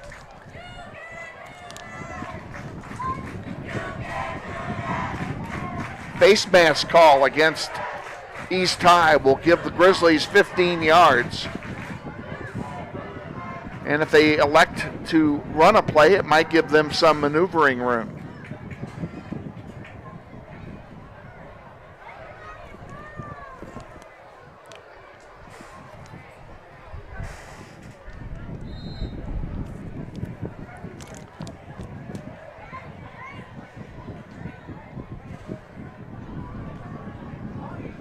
And the clock is running. They're just going to let it run out. They don't need to run a play. So we've gone to halftime. And at the half, it's Wichita Northwest 14 and Wichita East 14. All tied up. We'll be back with our halftime extravaganza after this timeout. Stay with us. You're watching NWHS Grizz, and this is Grizzly Football.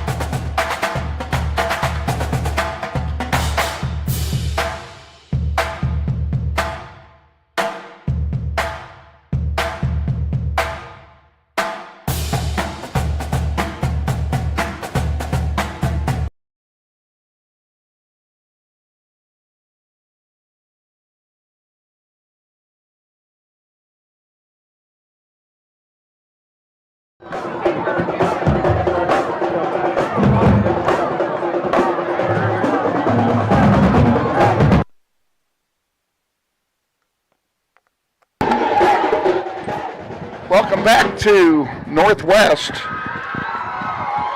We are at halftime here, and the score is tied at 14. Northwest and Wichita East. Kevin Arkin, Craig Kemrick with you, along with our executive producer, Mr. Shane Monroe, and his crew of Max Habacek, Madeline Shirley, and Trey Quattlebaum. We thank them for all of their hard work bringing you the sights and sounds tonight of Wichita Northwest Grizzly football. And being outside for just a few minutes here, Craig Cameron, a couple of people came up to me and said that they were surprised by the score. Testing. All right, there we go. Sorry about that. Yeah, I have to agree. I honestly thought before the game, Northwest, after coming off a really strong win against Capon, or a really tough fought win against Capon anyway, I thought they would have a pretty good game against East, but East is making it hard for them. It's still tied 14-14. East is not giving up quite a bit of runs here, and we even see the Northwest defense is also struggling a little bit too against the offense of East, so I think honestly now anything could happen. Well, and I agree with that anything is possible here the way this is going. I would say that the defense, as maligned as we had them early on, the defense is the reason we're tied. They have 2 picks, one of which led to a score, and one of which prevented a score. So that's a 14-point swing. We could be down by 2 touchdowns right now if it wasn't for what the defense has done.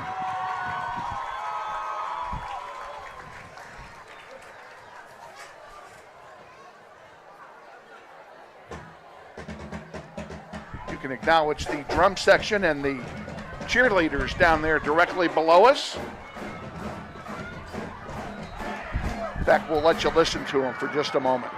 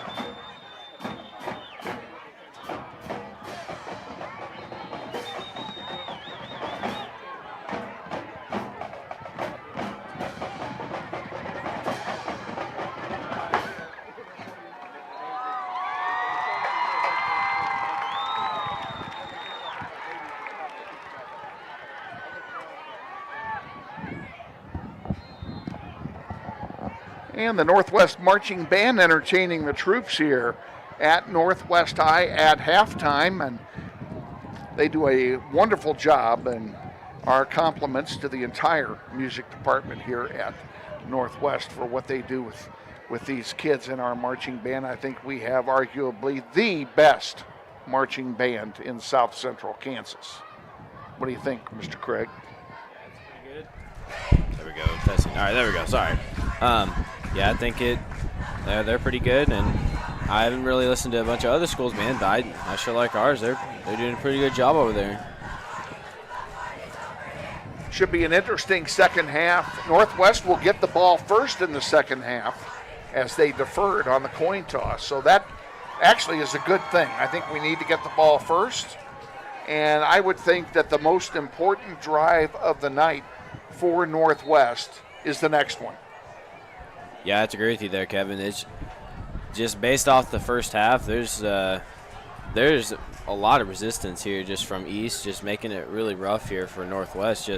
And since Northwest deferred and they chose to kick off to start the game, it's really nice that they have the opportunity to receive the ball and start off the second half and hopefully start off strong, because that's really what they need here, just to get some momentum in their direction here at their home stadium. Coach Martin doesn't like to kick off. He prefers to get the ball when they win the toss. And I think that may work in his favor tonight, that he made that decision the way he made it, because we're in a situation now where we really need to get some momentum going. And the only way we're going to get the momentum going, obviously we have to have the ball. And once we do that, once we have the ball, we can do something with it. But yeah, I have to agree with you. We got to get points. That's where I'm going. We've got to get some points on this first possession, even if it's just a field goal, just to get something on the board and get the lead back. Yeah, just to get some momentum and just get some confidence back in the players. I mean, it's just they kind of look a little dead out there, and they just need that little confidence just to jumpstart the offense and also keep the defense going how it's going. Just make sure they're stopping that really powerful East offense. Absolutely.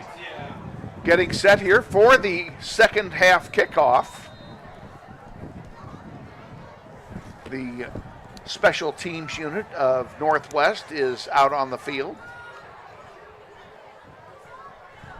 And East High just breaking huddle. They're about to reset the clock for 12 minutes. And we're about to get the second half underway.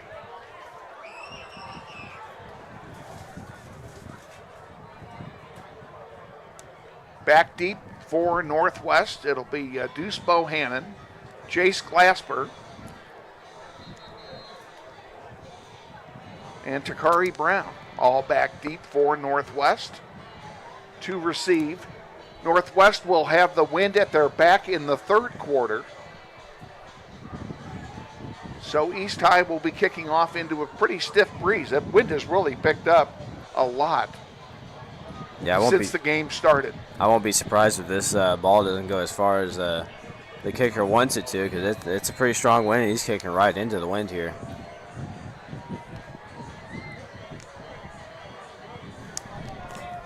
Here's the kick, and we're underway. A low line drive kick. Brown gets it at the 25, the 30, the 35, and down he goes. And let's call him down at the 33, and that's where the Grizzlies will have it. First down and 10 here in the third quarter. Jalen Mason at quarterback for Northwest to start things off. He'll have Thompson and Bohannon in the backfield with him.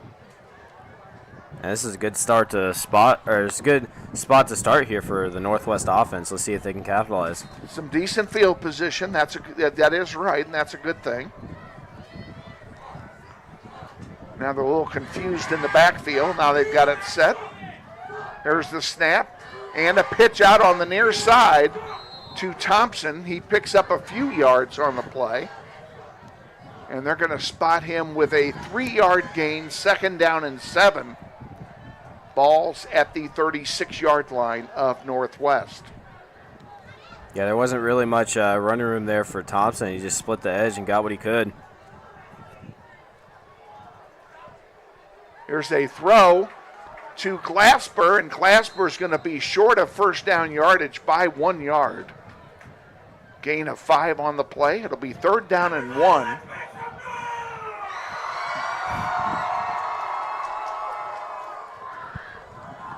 And our crowd getting into it, as they always do here at Northwest.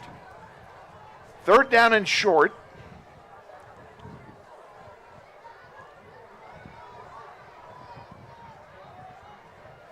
Mason doesn't get it. He's going to lose a couple. Now, my question here is, does Coach Martin want to punt this away or just keep it here? Well, if he punts it, he has the wind working for him. If he keeps it, and Mason is back to punt.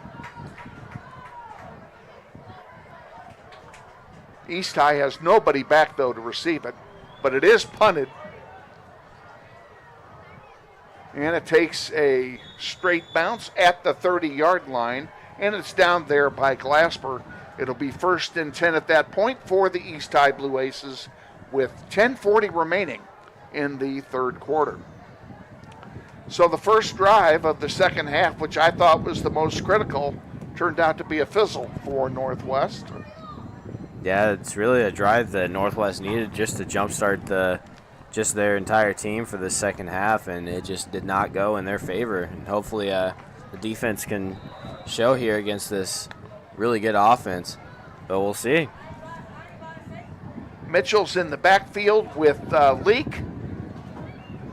And Robinson is second from the top of 3 on the far side. He's the one to watch. He's the big gun over there. And a pitch to Leak. Leak swings to the left. Got some blockers and picks up a couple, looks like. And they only gave him 1. It'll be second down and 9 from the 31. Yeah, Leak tried to split the edge there, but there just wasn't enough running room there. And just great job just getting him out of bounds and only allowing 1 yard. Grizzlies strung it out. He had to run 15 yards to gain 1. Now there's 3 wideouts to the near side. And Robinson is not one of them. Ashton White is out there in that spot.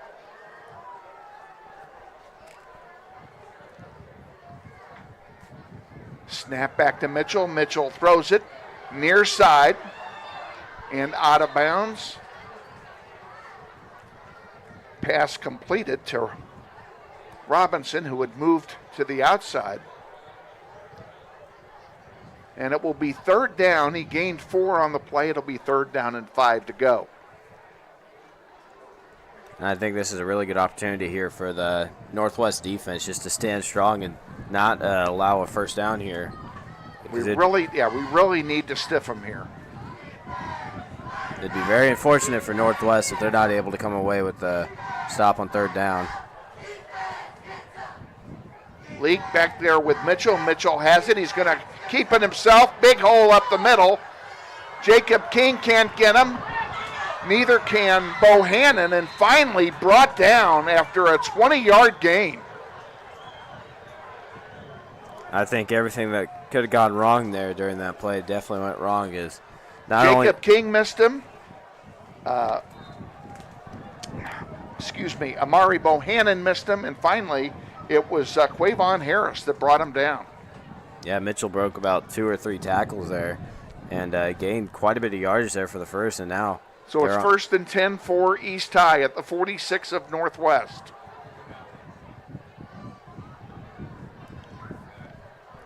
Up there's some movement. That'll cost them 5. The right tackle moved on that play. I can call that myself. That's Lathan McCoy, who got nailed for 5 yards.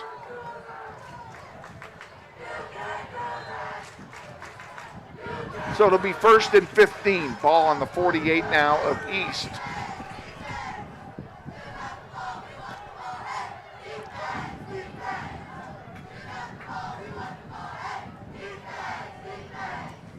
Mitchell and Leak in the backfield. Mitchell quick throws it, and a quick pass.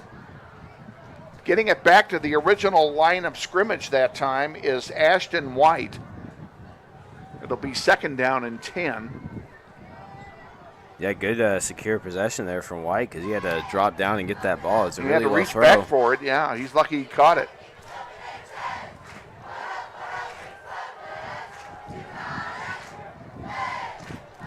Two wide outs up top and bottom. Leak in the backfield with Mitchell. Mitchell goes back to throw again, dumps it off to Leak on the far side, and this time Leak is run out of bounds for a 4-yard loss. Great defense by the Grizzlies. That'd be Quavon Harrison on that tackle. Great wrap up there and not allowing that runner to split the edge on him. Great effort there from Harris. And I'm waiting for the spot. They gave him a better spot than I thought. He only lost 2 yards instead of 4. It's third down and 12 to go. And again, here's a spot where we need to stop him. We just said this a moment ago. It's deja vu all over again. I'd say this is a little bit more manageable, though, for Northwest here. 3 wide outs up top. Ashton White, LT Robinson are both up there. Marcus White was on the near side. Now they broke it off and looks like East High has taken a timeout here. We'll go ahead, just keep it here. Well, what I was going to say was I think this third down here for Northwest is a little bit more manageable than third and 5, because now it is third and 13 for East. So it's a little bit, I would say, easier for Northwest to come away with a stop. But anything's possible with this really high-powered Wichita East defense here.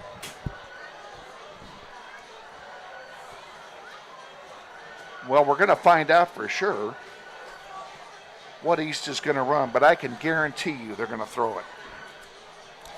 You know, they are not afraid to have Deontay Mitchell throw that ball. Yeah, they have some really fast receivers and some really elusive receivers, so I think I'm with you there, and Kevin. his pass protection, for the most part, has been pretty good. Yeah, their O-line's been putting in some pretty good work today. Coming out of the timeout now, 8:58 to play in the third. 3rd and 13 from the 49.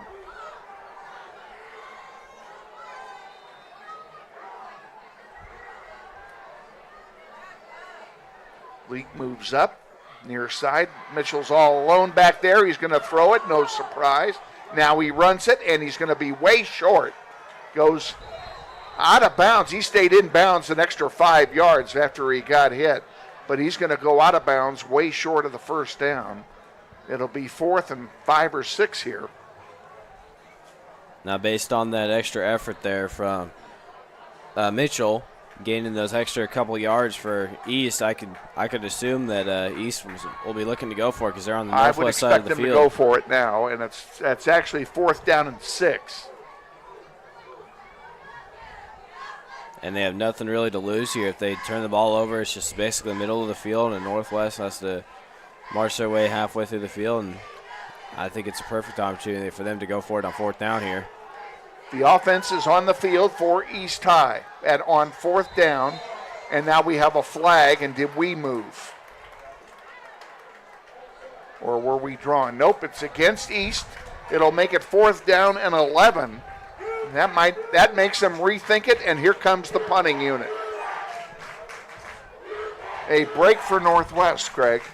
Yeah, I guess we'll never have that question answered if it was going to be a first down for East or a great defensive stop for Northwest, but let's see what Northwest can do on this punt here.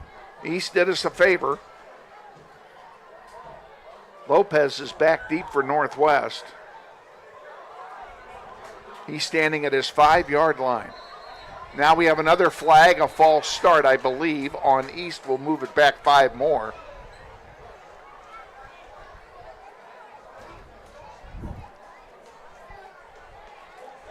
It is a false start on the Blue Aces, so that'll make it 4th down and 16. Lopez will move up 5 yards to his 15 to receive this kick. Seems like East is just only hurting themselves even more with these self-inflicted penalties over here. The last couple, indeed. They're just trying to punt the ball away to Northwest here. And now another flag flies. And I don't know what this is for. It was thrown offside Northwest. I was going to say it was thrown by the linesman, so it could have been us, and it was. So now they'll move it back. It'll be 4th down and 11. And at some point, before we go home tonight, they'll get this punt off. Yeah, let's try to retry this punt for the, 4th time now?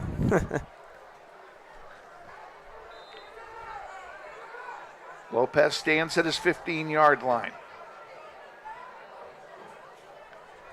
And another offside on Northwest. And a muff on the punt. East High says they have it. Now, was the ball blown dead before the kick is what I want to know. Because the flag came out right away, and I did not hear a whistle right away. Takari Brown is injured. He's limping off.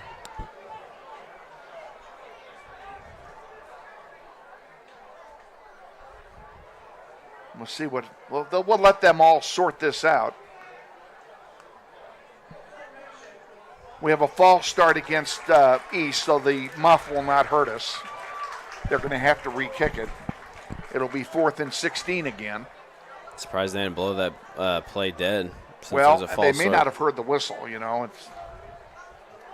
But very fortunate, though, either way, for that to be a false start because, that was a muff punt there from Lopez.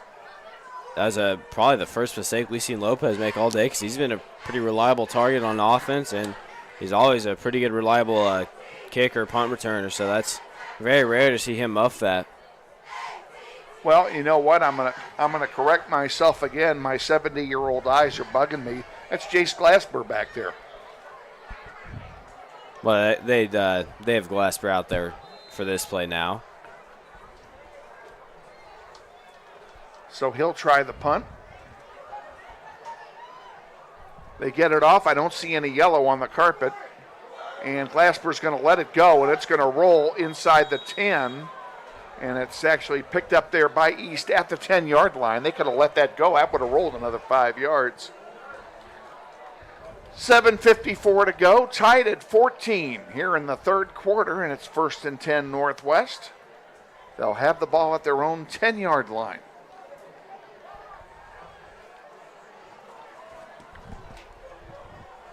Yeah, I do got to say on that punt that had a really good roll to it. I'm surprised just like you that East did not let that roll an extra couple yards and pin them further back. Mason's out there at quarterback behind center.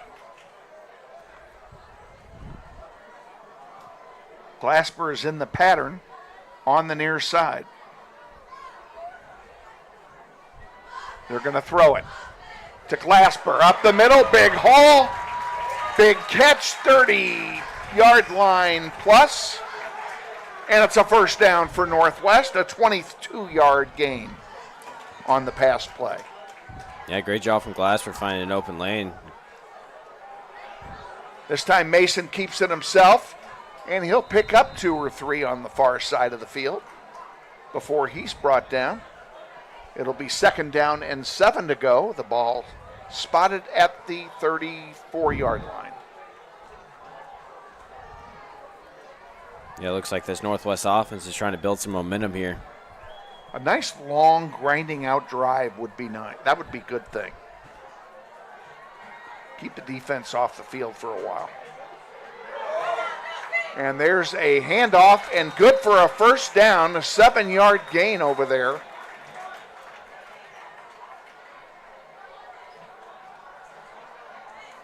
That's Deuce Bohannon that had the ball, moved it 7 yards, first down and 10 for the Grizzlies.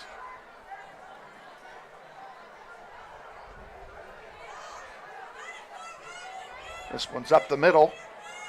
And Sincere Thompson he's just found nothing up the middle all night. You know, he gets maybe 2 yards on the play. 2nd and 8 for Northwest. You know, it's surprising me that Northwest is still calling just runs up the middle because it sure has not worked all night, like you said. East is being pretty stiff up the middle. There's a pass play and incomplete. Intended that time for Chase Carter, and it was overthrown. Chase had no chance to come get it. It'll stop the clock with 6:30 to go in the third quarter.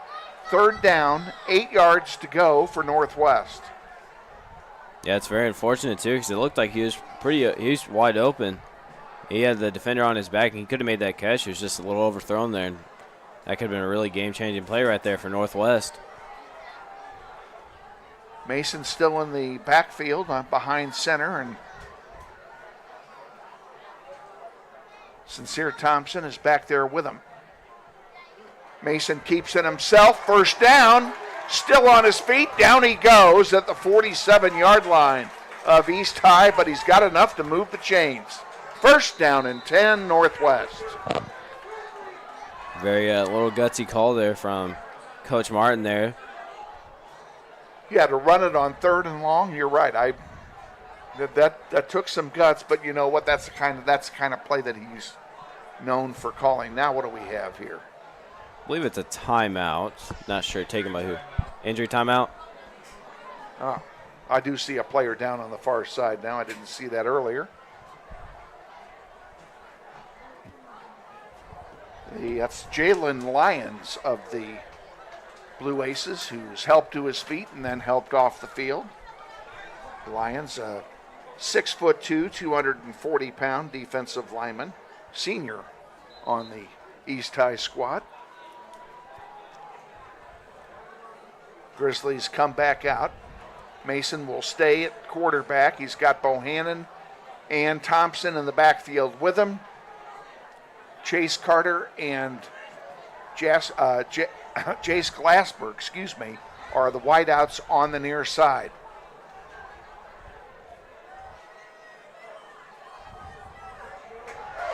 Sweet play to the left. Picks up a couple of yards, and that's it for Jalen Mason. It'll be 3rd down and long. Let's say 2nd down and long, 2nd and 7 for the Grizzlies at the 44-yard line. I do like the movement of how Northwest is going on this drive. It's pretty slow. And like you said, we need that grinded drive. Mason throws it. Caught! Down to the 5-yard line is Jace Glasper. A 39-yard gain. Man, I feel like Jace Glasper and Michael Lopez, they are one of the best weapons that Mason has on offense. Handoff up the middle is Thompson. He's going to pick up maybe a yard. It'll be 2nd down and goal. Ball's going to be spotted on the 4-yard line. This is 6-point territory. It sure is. This is the drive that Northwest desperately needs right now.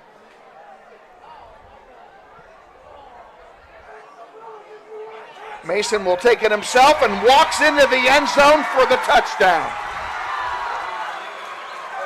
And there's that touchdown that Northwest really needed to jumpstart just the momentum and just their confidence in this game, because it's been a really lackluster game. The offensive line really did their job on that play because he went in untouched. Yeah, he went in untouched there. Easy. Too easy there for Mason to get into the end zone. Now, the referee made a signal, and I'm not sure, but I thought he signaled an unsportsmanlike conduct. It was either that or a TV timeout, one or the other.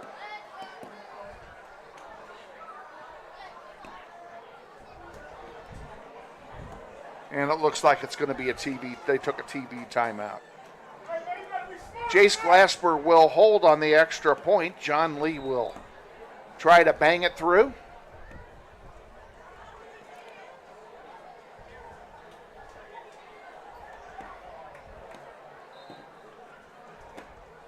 How dare they run a commercial on the TV side?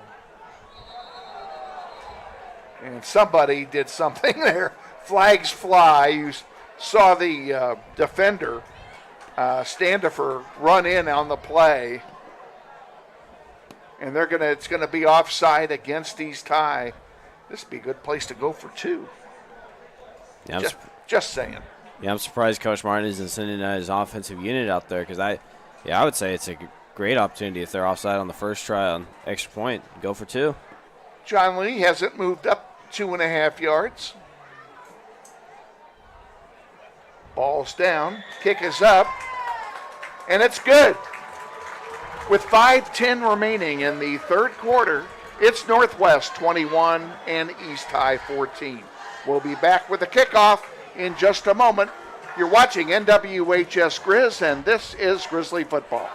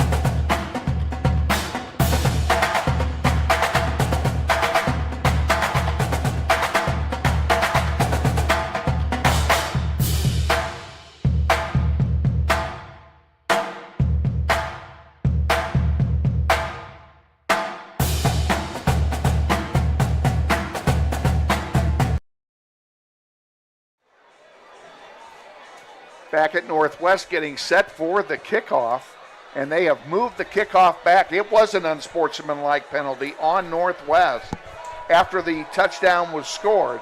So, and they're assessing the penalty on the kickoff. So the kickoff will be from the 25-yard line. Now the good news is we've got the wind at our back. EQ's kick is short and is going to go out of bounds. And that's going to give East unbelievably good field position. Because I think they'll bring that out to midfield.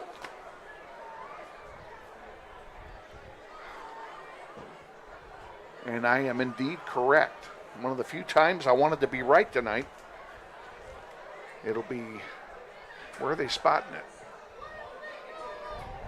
Yep, they're going to spot it at the midfield stripe. It'll be 1st and 10 for East after a very short out-of-bounds kickoff by Franklin EQ, who quite honestly has not kicked well tonight. He has not had a good kick yet tonight. Yeah, I'm wondering if that wind may have some sort of effect on it, but that last one I don't think it should have because it was at his back. So yeah, the wind at his back, you wouldn't think so. I wonder if it just came off the wrong part of his foot there. I don't know. Miller in the backfield with Leak. Pitches it to him. Leak with it, cuts up, and gets a couple of yards. He actually got 2 more yards after he was initially hit. Yeah, Picks up 3 on the play for 2nd and 7. Yeah, I'm surprised he didn't go down with about maybe a yard gained on that play, but he kept on fighting and he got those extra couple yards. I was very surprised they could not never hit bring the him down. turf. Yeah, he kept on driving. Somebody didn't finish the tackle because he should have been tackled for a 1-yard gain. Ball's on the 47-yard line of Northwest. 2nd down, 7 to go.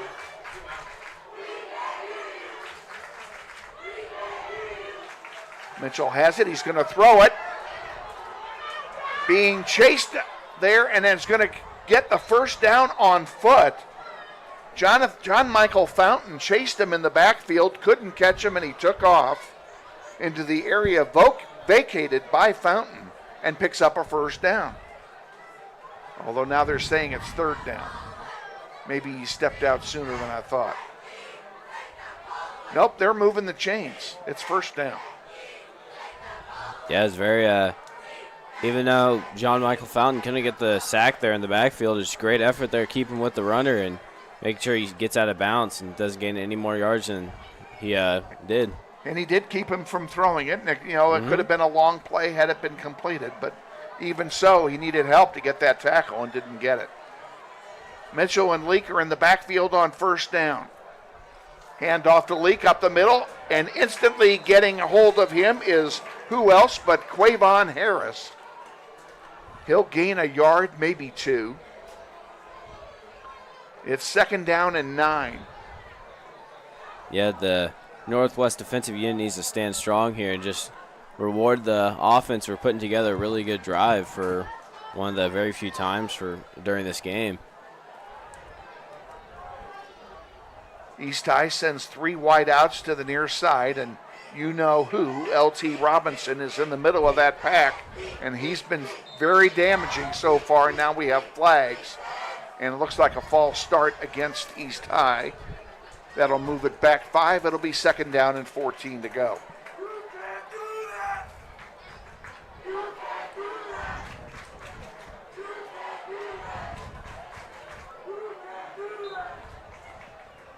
We've mentioned it before. We've got a great crowd on hand, a full house on the Northwest side. East High drew well as well over there on the far side of the field. Up the middle, and boom, see you later. A gain of about 7 on the play. Yeah, but a nice stop that time by the defense. Yeah, excellent tackle there. He basically just picked up the runner, stopped him in his tracks. I think Henderson was the lead on that stop for Northwest.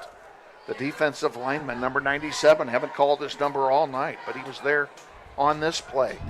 3rd down and 9 to go. Inside 3 minutes to go, 3rd quarter. Grizzlies lead 21-14. Mitchell has it and stops. A timeout was taken by Northwest this time. Let's go ahead and take the timeout with them. 2:50 to go. 3rd quarter, Grizzlies lead 21-14. You're watching NWHS Grizz, and this is Grizzly Football.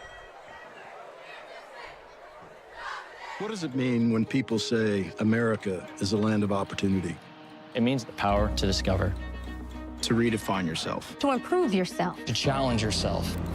To realize there's more in you Than you ever knew. that you could do.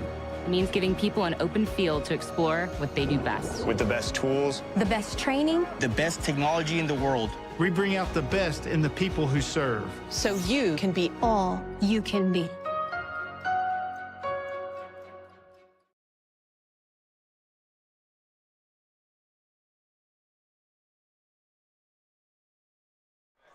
We're all staying. Back at Northwest, coming out of the timeout, 21-14, Grizzlies lead. East High on the move, have it 3rd down and 9 at the 38-yard line of Northwest. A big play defensively for the Grizzlies. It's going to be a pass play in all likelihood. And he dumps it off, and fortunately for us, the receiver fell down. Yeah, very fortunate there. I'm not sure who the receiver was. I believe I it didn't was catch his number. I thought it was 83, Donald Jackson, but I'm not sure. In any case, whoever it was fell down. That's why I couldn't read his number. And it's 4th down and 9. Let's see what they're going to do. Are they going to go for it? Looks like 2-down territory to me.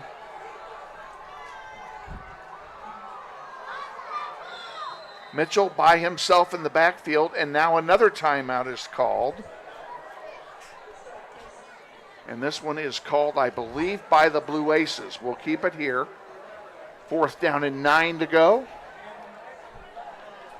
And East High is down to 1 timeout remaining. The Grizzlies still have 2 remaining. Those things are addicting, by the way. I want you to know that. I don't know what it is about the younger generation and cell phones. Have you seen me pick up my cell phone tonight? No.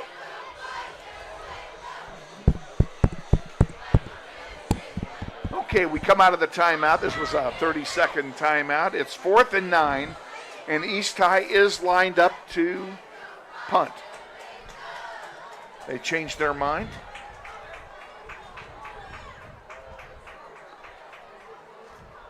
Ooh, punt was almost blocked and caught by Glasper. Yeah, Glasper went down in a hurry. I thought he was going to get a break up the near side, and all of a sudden it closed up. He had nowhere to go.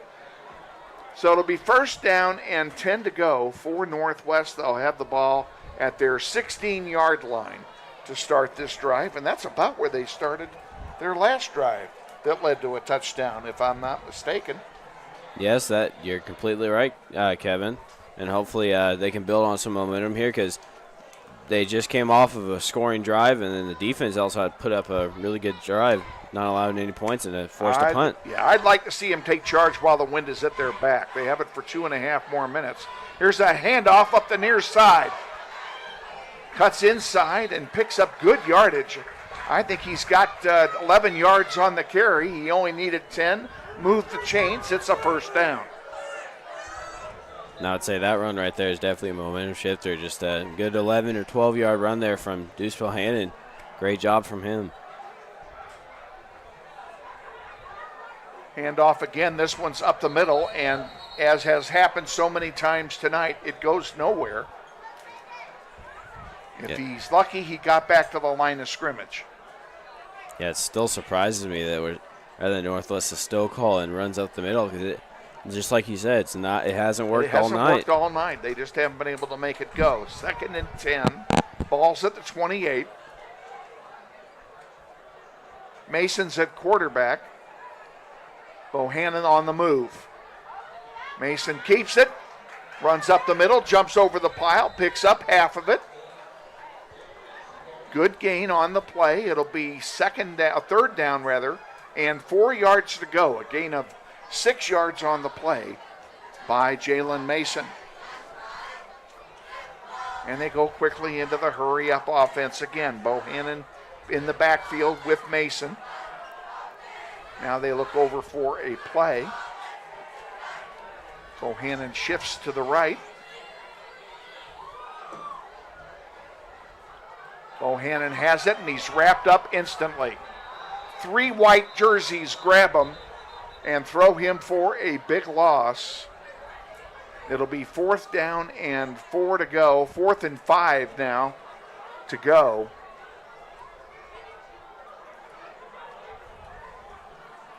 And the clock stops for, I think they were concerned about a potential injury, and the trainer started to come onto the field. Now he leaves. They restart play, less than a minute to go in the quarter. There's a punt coming, and it's a low line drive kick. That's going to work out good if they can stop it. And they could not. It landed in the end zone. It's a shame. That was a close call, I would say. That ball, 67-yard punt. ooh, A net of 47. It'll be 1st and 10 at the 20 for East. And you're right, he almost got to it. that ball must have like barely hit the Well, end when he zone there. batted it, I thought he batted it down into the end zone. It could have been that, or maybe it hit the end zone before he even touched it. But That's either very way, possible as well. very close call there. East High will have it. They'll have 46 seconds into the win, and then they'll have the win in the 4th quarter.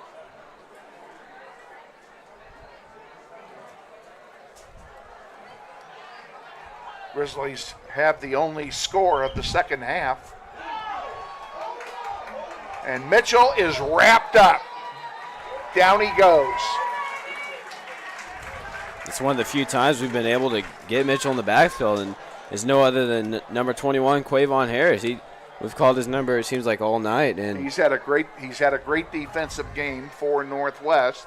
A 5-yard loss on the sack makes it 2nd and 15. The ball at the 15. yeah, he sure is a difference maker on the defensive side of the ball for Northwest. He did something that we haven't been able to do all night, and just tackle Mitchell in the backfield there.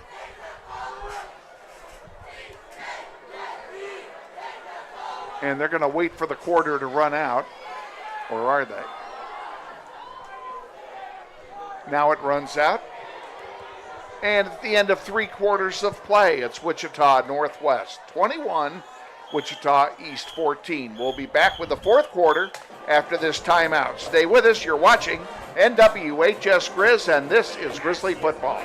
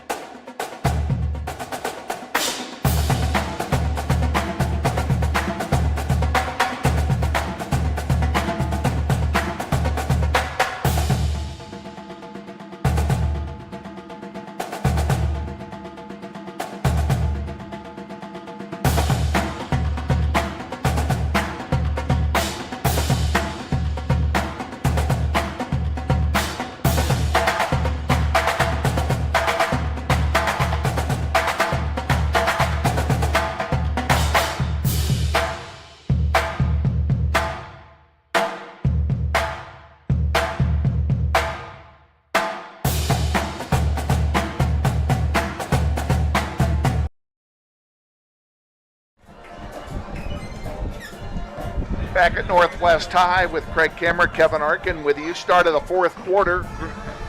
Grizzlies lead by 7, and East High has the ball 2nd and 15 at its own 15-yard line to start the 4th quarter of play.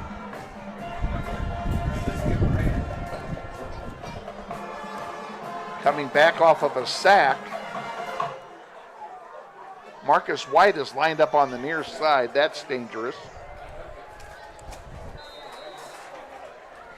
Mitchell and Leak are in the backfield for East High. There's a pass, caught and dropped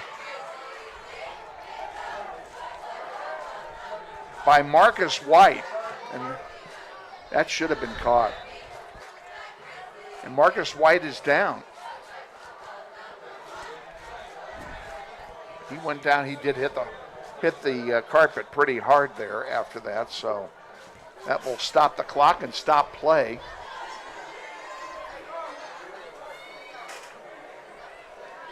Yeah, the start of that play wasn't really pretty for East there, as it started with a low snap and almost a fumble there. He catches that ball, he's halfway home.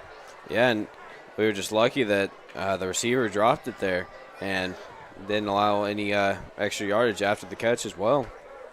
It looks like they're checking Marcus White for a cramp, and he gets up now and heads off the field, trots off under his own power. Glad to see the young man's not injured.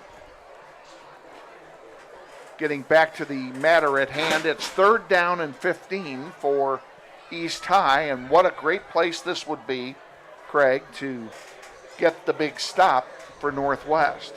Yeah, it sure would, because last drive for Northwest on the offensive side of the ball, they weren't able to put up another 7 points against this East defense, and it's still a one-score game, so if East scores, it's back to a tied game. Yes, that's right. And that's the last thing Coach Ron would probably like, or probably want. Mitchell has it, going to throw it.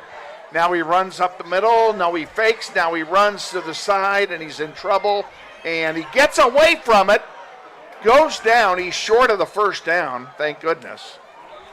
For a minute, I thought he was going to break it. I sure did too. Several guys missed him before he's finally brought down. It will be 4th down and 4 to go. He's a very elusive quarterback, and he's just a big struggle for any of the defensive players in Northwest here just to wrap up and tackle. Jace Glasper is deep for Northwest to receive the punt.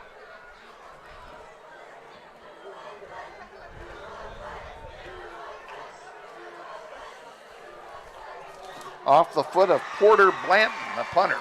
High snap, almost blocked. And the ball is going to roll out of bounds at the 38-yard line of Northwest. Good field position for the Grizzlies, and I'm not sure, Craig, that ball wasn't partially blocked. It definitely could have been a chance, because that... I mean, it went off the foot like a shank, and it might have been hit. Yeah, it definitely wasn't one of the better punts of this game. Well, we'll keep it right here. They've called a TV timeout for the television broadcast.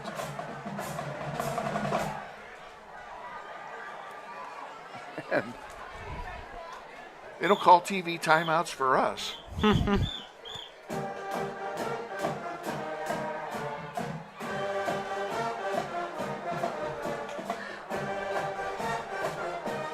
10:55 remaining in the fourth quarter. 21-14 Grizzlies lead. 1st and 10 for Northwest at their own 37-yard line. And I've said 3 times this half, this is a critical drive. I don't want to be redundant, but Craig, this is a critical drive. It sure is. They need get up 2 scores. Let's get up 2 scores. Yep, just put that some if disaster hits, it doesn't kill us. Yeah, put some pressure on this East team. They've been in full control for most of the game, but Northwest, they're trying to take control right now. Sweep to the right up the near side, goes out of bounds after it looks like maybe a 3 or 4 yard gain. Pretty good job that time by Jace Glasper carrying the ball. No, they didn't give him near as much as I expected. Well, now they give him 3. I guess they're saying he went out of bounds sooner than we could see him because the players are in our view. 2nd down, 7 to go at the 40. Injury timeout.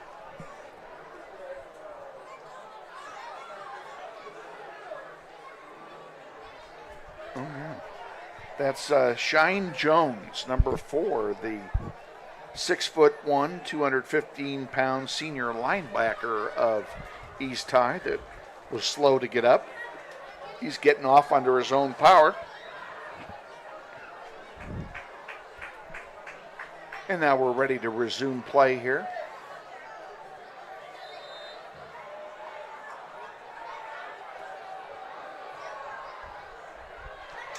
Snap taken and a fake, and Mason will carry it himself, and he's going to get a couple. They give him 2 yards to the 42. It'll be 3rd down and 6. Now Northwest is desperately needing to convert this 3rd and medium here just to have some momentum against this really tough East team. And you notice they're running the ball to the outside more in this second half than they did in the first half. Well, it's because there's no running lanes in the middle. There's a throw, catch, first down and more. And boy, a long, hard fight, and finally down he goes. And that was Glasper doing all that. He was a busy guy. 1st and 10 Northwest. Ball at the 41-yard line of East.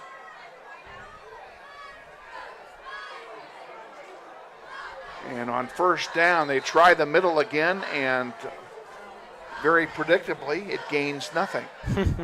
Be 2nd and 10. Yeah, on the previous play, I just like how Jace Glasper, he's been pretty productive just catching the ball and also throwing when he needs to whenever Mason isn't in the backfield. He and Mason have made a good combination now. Who's that on? They have a flag thrown. East High came across, and yes, it's on East. We'll take that. It'll be 2nd and 5. They'll move the ball down to the 31-yard line. I'm sorry, they move it to the 36 from the 41. Bohannon sweeps left. Gets first down yardage and more. He's going to be inside the 30, I believe, when they mark it. It'll be 1st down and 10 Northwest. And they spot it right on the 30. Yeah, excellent run to the outside there from Deuce Bohannon, just being able to break that edge and just get as much as he can and get the first down as well. They're moving pretty well on this drive here. This time Mason keeps it himself, and he's tackled instantly. He may get a yard out of it, depending on the spot. And they don't give him a very good spot. I think it's going to call it no gain. 2nd down and 10 to go from the 30. They need to get it in a little closer to be in field goal range for John Lee. Mason with it, throws it, caught, near side. Still on his feet is Bohannon inside the 10. 1st and goal to go Northwest. I think that was the big play that Northwest desperately needed just to make sure this drive is still continuing in the really just great way it has been going. And now they're pretty confident, I would say, of just scoring 6 here. 21-yard gain on the pass play from Mason to Bohannon. Ball's 1st down and goal at the 9. Mason behind center. Has it, runs it himself. Takes it, gets it down inside the 10. Close to the 5. I think they're going to mark him down at the 6. A gain of 3 on the play. It'll be 2nd down and goal. I also like how Coach Martin is using up a little bit of time, not calling the plays as fast and running them as fast, because he also wants to make sure he wants to chew that clock and run it down as much as he can. We want a 2-score lead and the clock working in our favor. You are so right. Here's a toss. Touchdown, Northwest.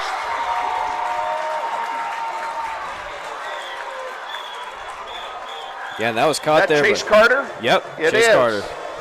Chase Carter takes a 6-yard pass from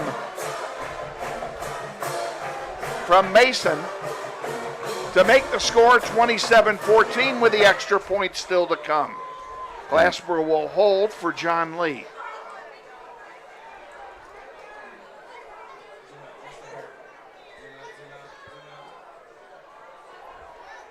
Ball's down, kick is up, and it's good.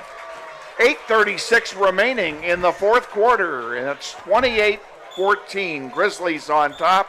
We'll be back for the kickoff in just a moment. You're watching NWHS Grizz, and this is Grizzly football.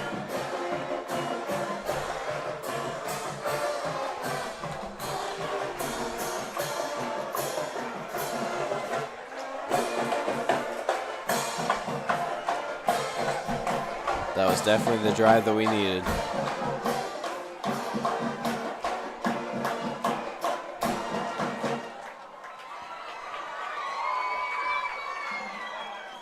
What does it mean when people say America is a land of opportunity? It means the power to discover, To redefine yourself. To improve yourself. to challenge yourself. To realize there's more in you Than you ever knew. that you could do. It means giving people an open field to explore what they do best. With the best tools, The best training. the best technology in the world. We bring out the best in the people who serve. So you can be all you can be.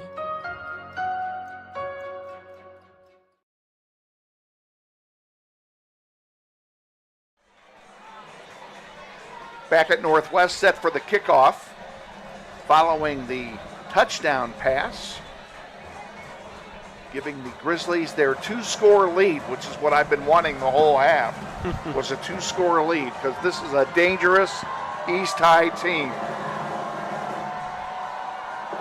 EQ will kick it off. Very, very short again at the 30 is Leak. Leak to the 35, to the 40, down he goes at the 38-yard line. And they'll mark him back down at the 36, and that's where they have it. 1st and 10, East High at the 36-yard line. Yeah, I noticed on that kickoff, it looked like EQ, he had a really short run up to the ball. And He's done that every time. That's very that all interesting. night. Because typically you see kickers line up behind their entire Run kickoff for line. 5 yards to get some momentum. No, he's not done that. Very interesting. Yeah. Very interesting.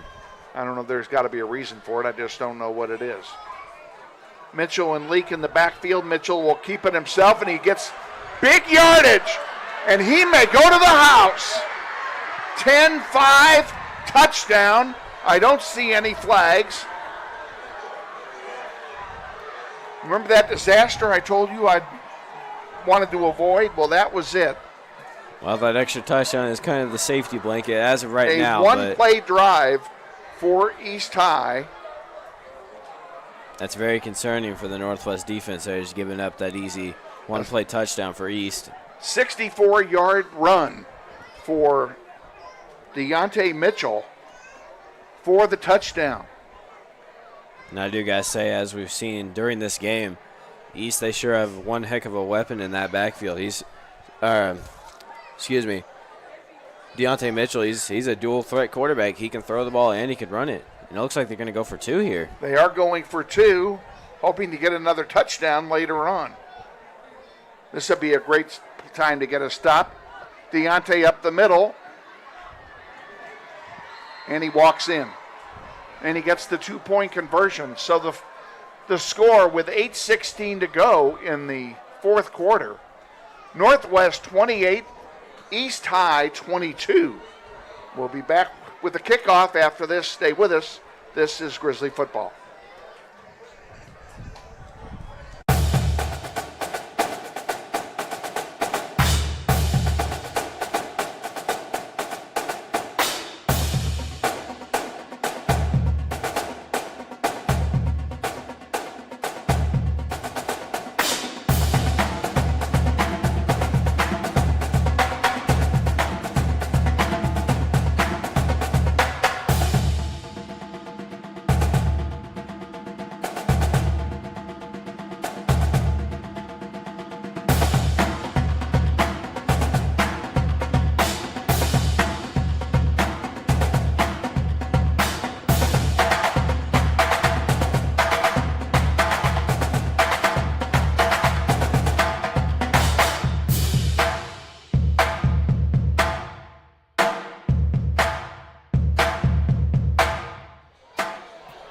Back at Northwest, set for the kickoff. Deuce Bohannon is deep for Northwest.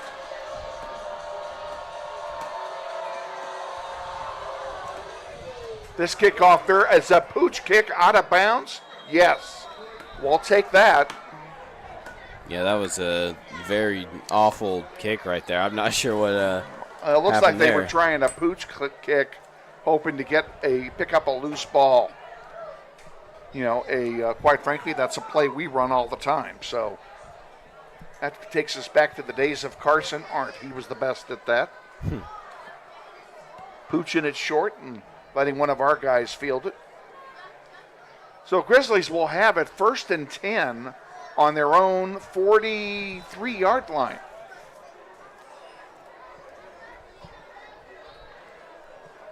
Good field position for Northwest to start this drive. In motion is Sincere Thompson. Handoff to Bohannon. Bohannon sweeps left, goes nowhere, loses a yard.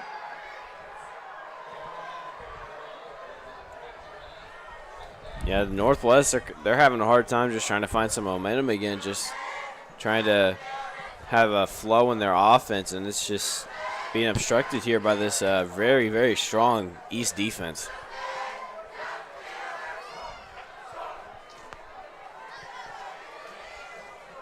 Mason throws it to Glassberg. Glassberg, good catch. Picks up about 8 yards on the play. It'll be 3rd down and 3, I believe. Oh, they only gave him 5. Well, so be it. 3rd and 5 to go.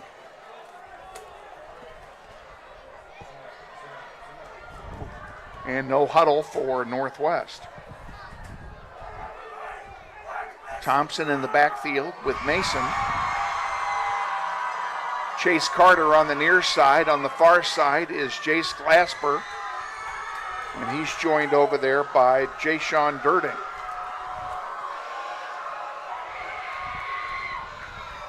And now the Grizzlies are running the clock all the way down. They're going to take a timeout. And the Grizzlies do take a timeout. There's 7:01 remaining in the 4th quarter. Grizzlies lead 28-22. We'll just keep it here for this timeout.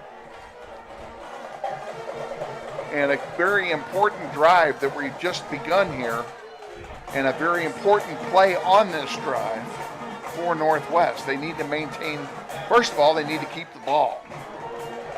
Don't give it back to East, because East has had a lot of big plays tonight. They've had 3 plays in excess of 60 yards tonight. Yeah, I have to agree with you there, Kevin. And also, just we got to maintain the ball, just what you said. Just keep the ball, chew that clock, and also just don't allow that East offense to get back on the field, because they clearly show they're a quick strike team. They are. They can score some points. Yeah, they can score in a limited amount of plays as possible. Coming out of the timeout, it's 3rd down and 5 for Northwest. Glasper's at quarterback. He's going to keep it himself. Slicing and dicing, and comes up empty. He's going to lose a yard as well. It'll be 4th down and 6.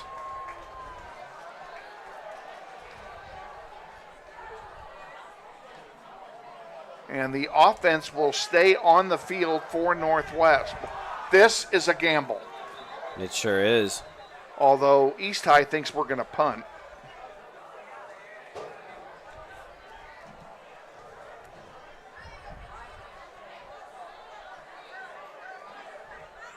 Well, we're certainly not lined up to punt now. East High has 1 safety way back deep at the 25-yard line. And now Mason does line up in punt formation.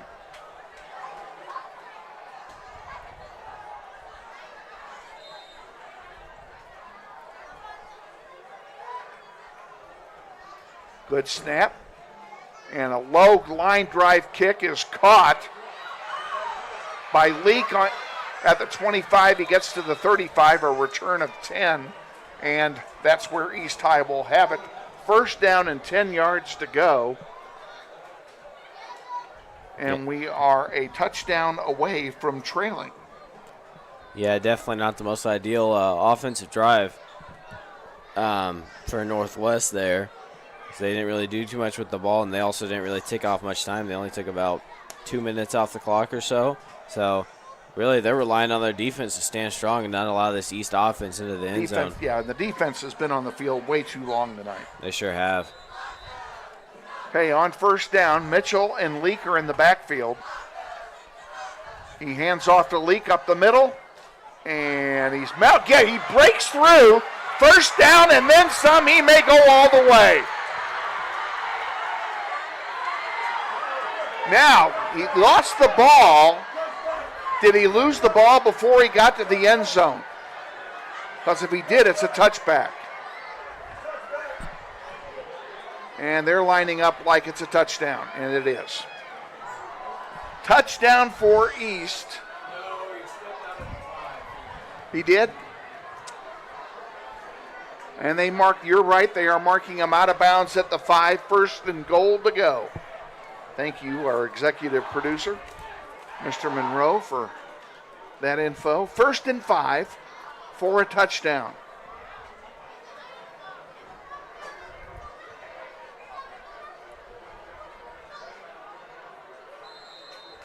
A run over the right side. Gains about 2, looks like.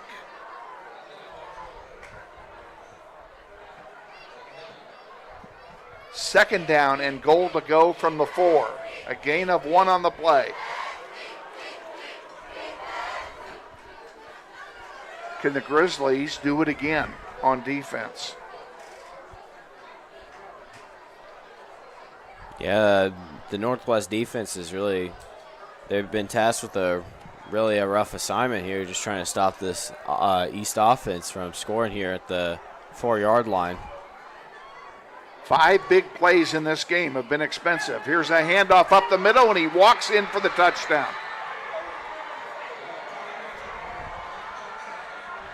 East High ties it up now at 28 with the extra point to come.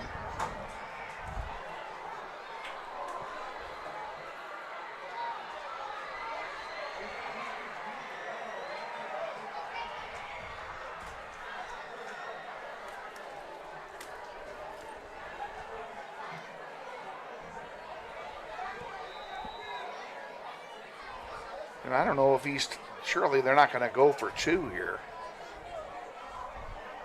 I would think they would kick it to get the lead.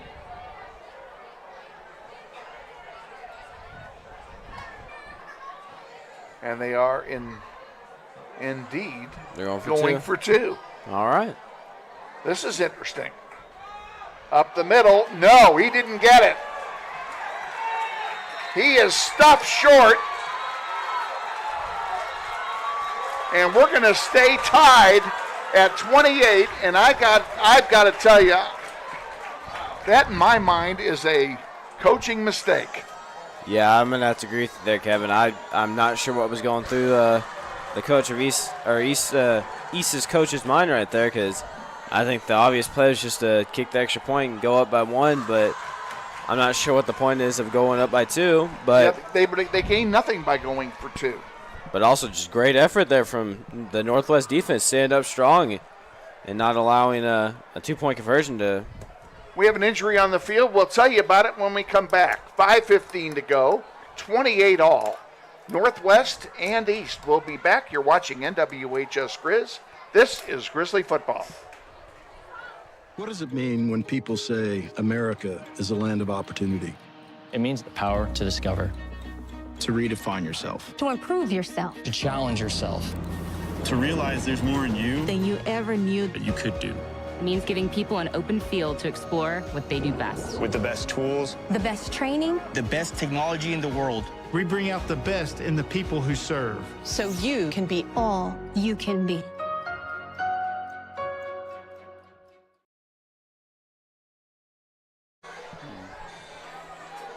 Back at Northwest, the injured player for East High on that last play was Ravel Leak. He is off the field and being tended to. Grizzlies are probably the luckiest team on the planet right now. They're tied at 28 with 5:15 to go and the kickoff to come. It's very short again And out of bounds goes again. out of bounds again, and that'll be a great field position start for the Grizzlies. You know, I'm almost wondering if they're doing that on purpose Yeah, to keep us from running it back. I guess maybe they're afraid of Deuce Bohannon or Jace Glass for returning that. But yeah, was that the third kickoff out of bounds on East? It is. It's the third time they've done that.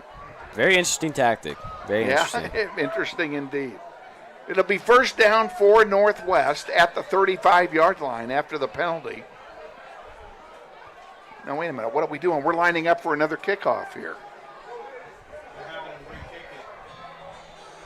They sure are.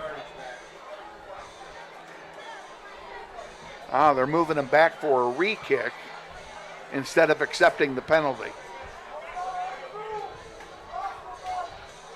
Well, I can only imagine they That just is a may rule kick. you can do in high school. If you're watching this thinking NFL, you can't do that. In the NFL, you get it at the 40 actually, and that's it.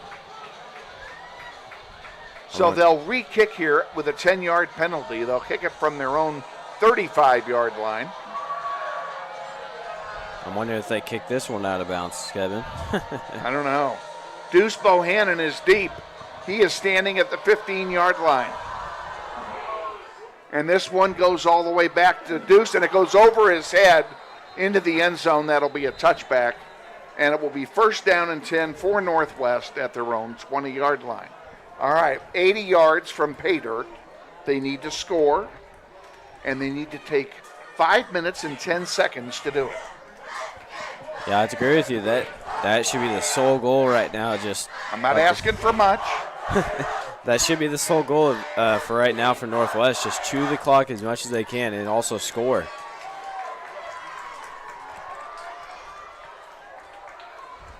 Mason behind center and Sincere Thompson there next to him. Chase Glasper is in the pattern to his right. He's going to throw it. And that was intended for Glasper. And Glasper had L.T. Robinson hanging all over him. No flag on the play. It'll be second down, 10 to go. Chase Glasper still wanting to know why he didn't get a flag called.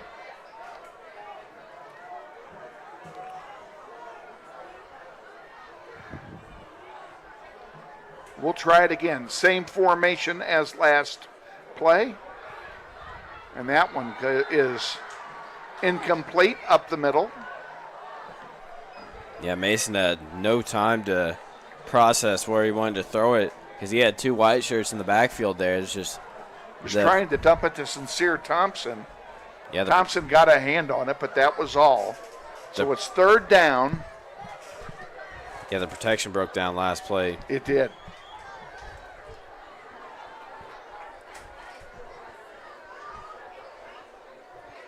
Mason with it, looking to throw. Steps up, still moving, unloads one, and it's incomplete. And it will be fourth down, and the Grizzlies are almost certainly going to punt. Fourth down and 10 at their own 20. And they'll be punting into a wind, and that drive, Craig, only elapsed 20 seconds. Yeah, it was mainly because it was all pass plays. Three incomplete passes. Yes, 3 straight incomplete passes, and that's what killed him. Good snap. Kick is off. Nice boot. And it takes a Northwest bounce, and it's going to roll inside the 30, and it stops on the 30. 4:43 remaining fourth quarter. We're tied at 28. And it's first down and 10 East High at the 30-yard line. Not the formula I was looking for. Yeah, I think Northwest right now is just putting all their faith they have right now into their defense here because they don't make a stop. They're going to lose the lead, or they're going to lose in the tie right now. And I think that's the last thing that Coach Martin wants right now.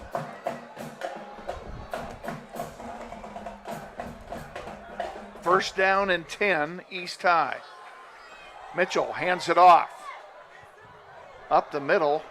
Good fighting for big yardage that time is Leak. He obviously wasn't hurt that bad when he came off because he just gained 8 yards on the play. It'll be second down and a long 2. Clock running, 4:25 to go.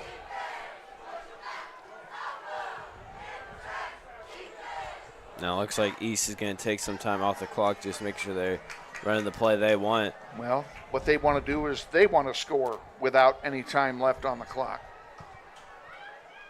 Another handoff up the middle to Leak.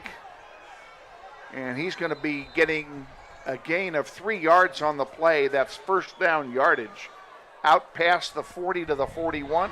1st and 10, East High.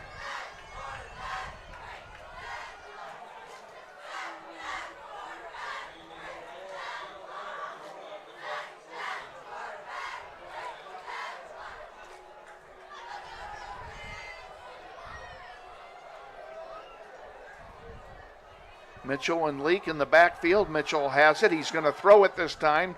Completes it on the far side. Over there to Marcus White.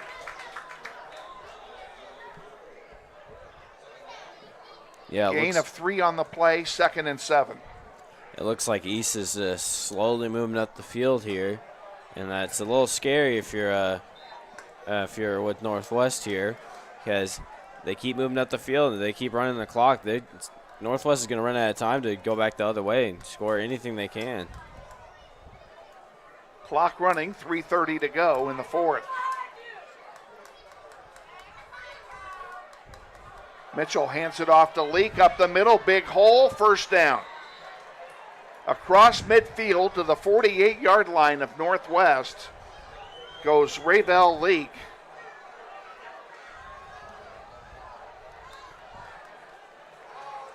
And it's 1st down East High, and I don't like the way this is going.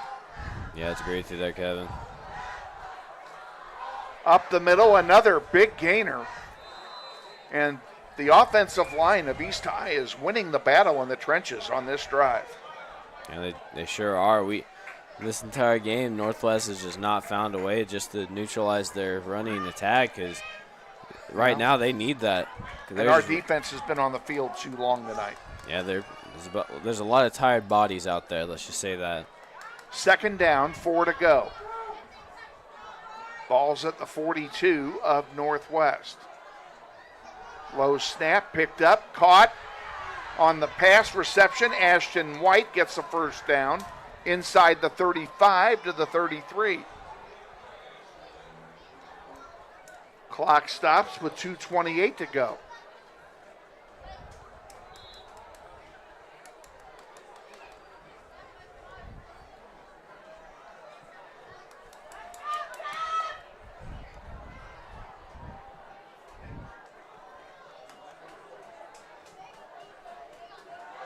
Mitchell throws a long one just over the outstretched arms of Ashton White, who had the defender beaten.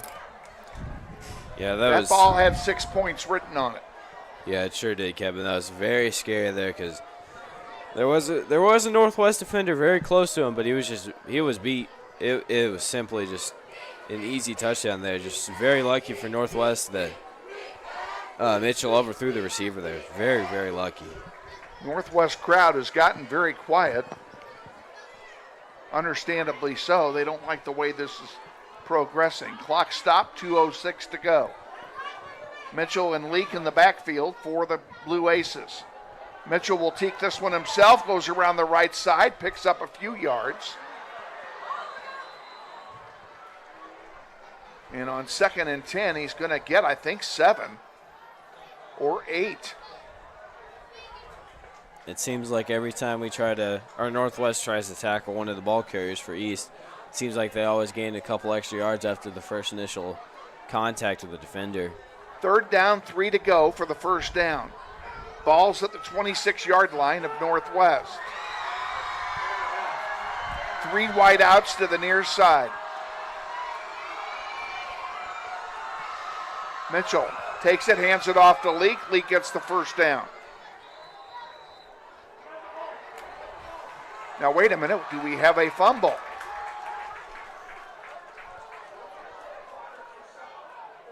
Grizzlies think there's a fumble, and the referees say no.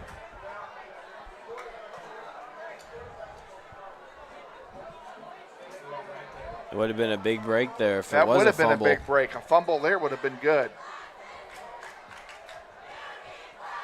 Now the officials are calling a timeout with 1:03 to go.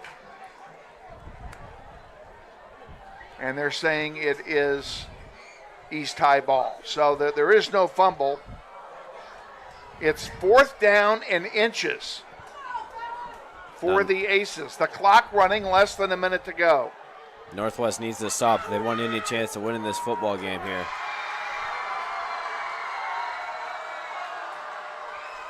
And now a timeout has been taken by East High. That's their final timeout. We'll go ahead and take one too. Why not? 28-28 the score. 46 seconds remaining in the fourth quarter. You're watching NWHS Grizz, and this is Grizzly football.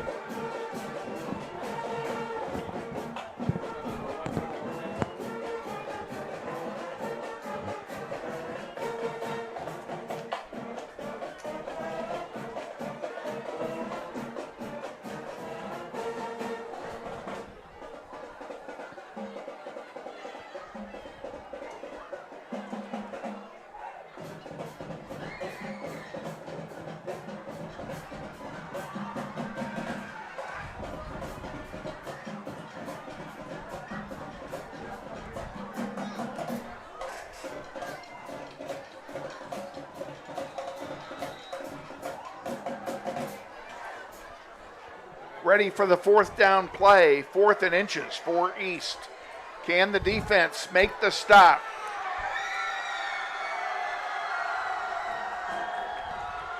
Low snap up the middle, and he's got the first down. And the drive will continue for East. 41 seconds to go. The clock stops to move the chains. And now starts again. Deontay Mitchell hands it off. And this time, Leak is stuffed. And no gain on the play, 2nd and 10. And East is going to have to be smart here with the time because they don't have any timeouts left. Well, I wouldn't be a bit surprised if they try for the end zone here. And that's what they're going to do. Mitchell puts it in the air, wide open and broken up. And now an interference call.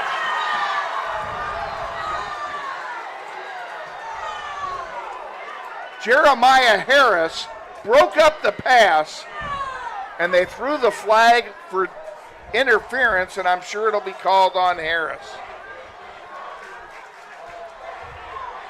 And I personally do not think that is a good call.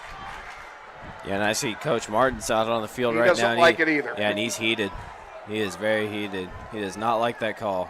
But it looks like the referees are discussing, so. They may pick the flag up. It was incomplete anyway. Yeah, I think the defender was playing the ball there. No foul on the play. They picked the flag up. That's the correct thing to do. Now, East High has it. 4 seconds to go in the quarter. I guess we'll see a last minute. It's an incomplete pass, so the clock won't start until the ball is snapped. So they do get one more play. I'm wondering if we're going to see a field goal attempt here. And that's what it looks like. They're going to go for the game winner. That's Richardson, who's going to kick it.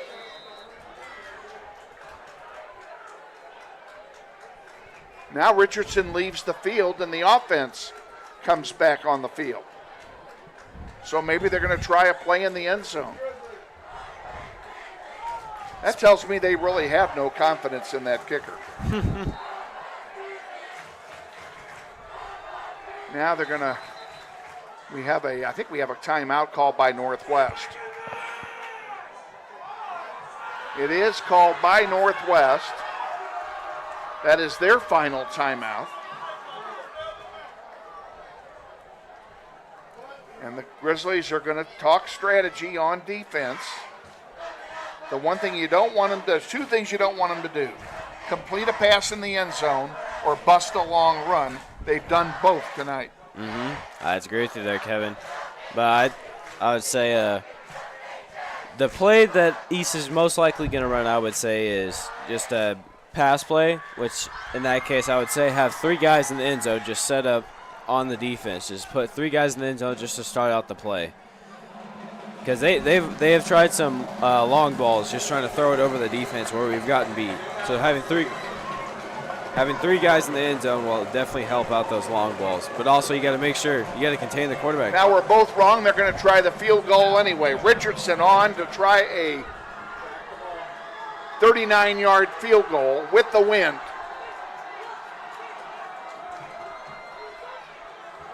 Bad snap. And here's an end around after the snap. Oh my goodness.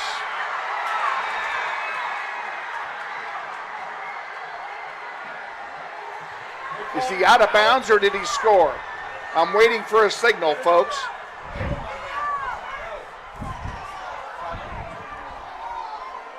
The referees are discussing whether or not he passed the pylon. If he did, the game is over. If not, we're going into overtime. And they called him out at the 1-yard line. Well, we're at the end of regulation, folks. We're going into overtime. We're tied at 28. Oh, wait a minute. Now what are they doing? They're celebrating. Are they changing their mind?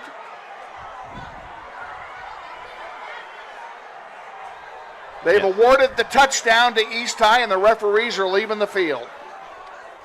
So after all of that, the touchdown does count. The final score is East High 34 and Northwest 28.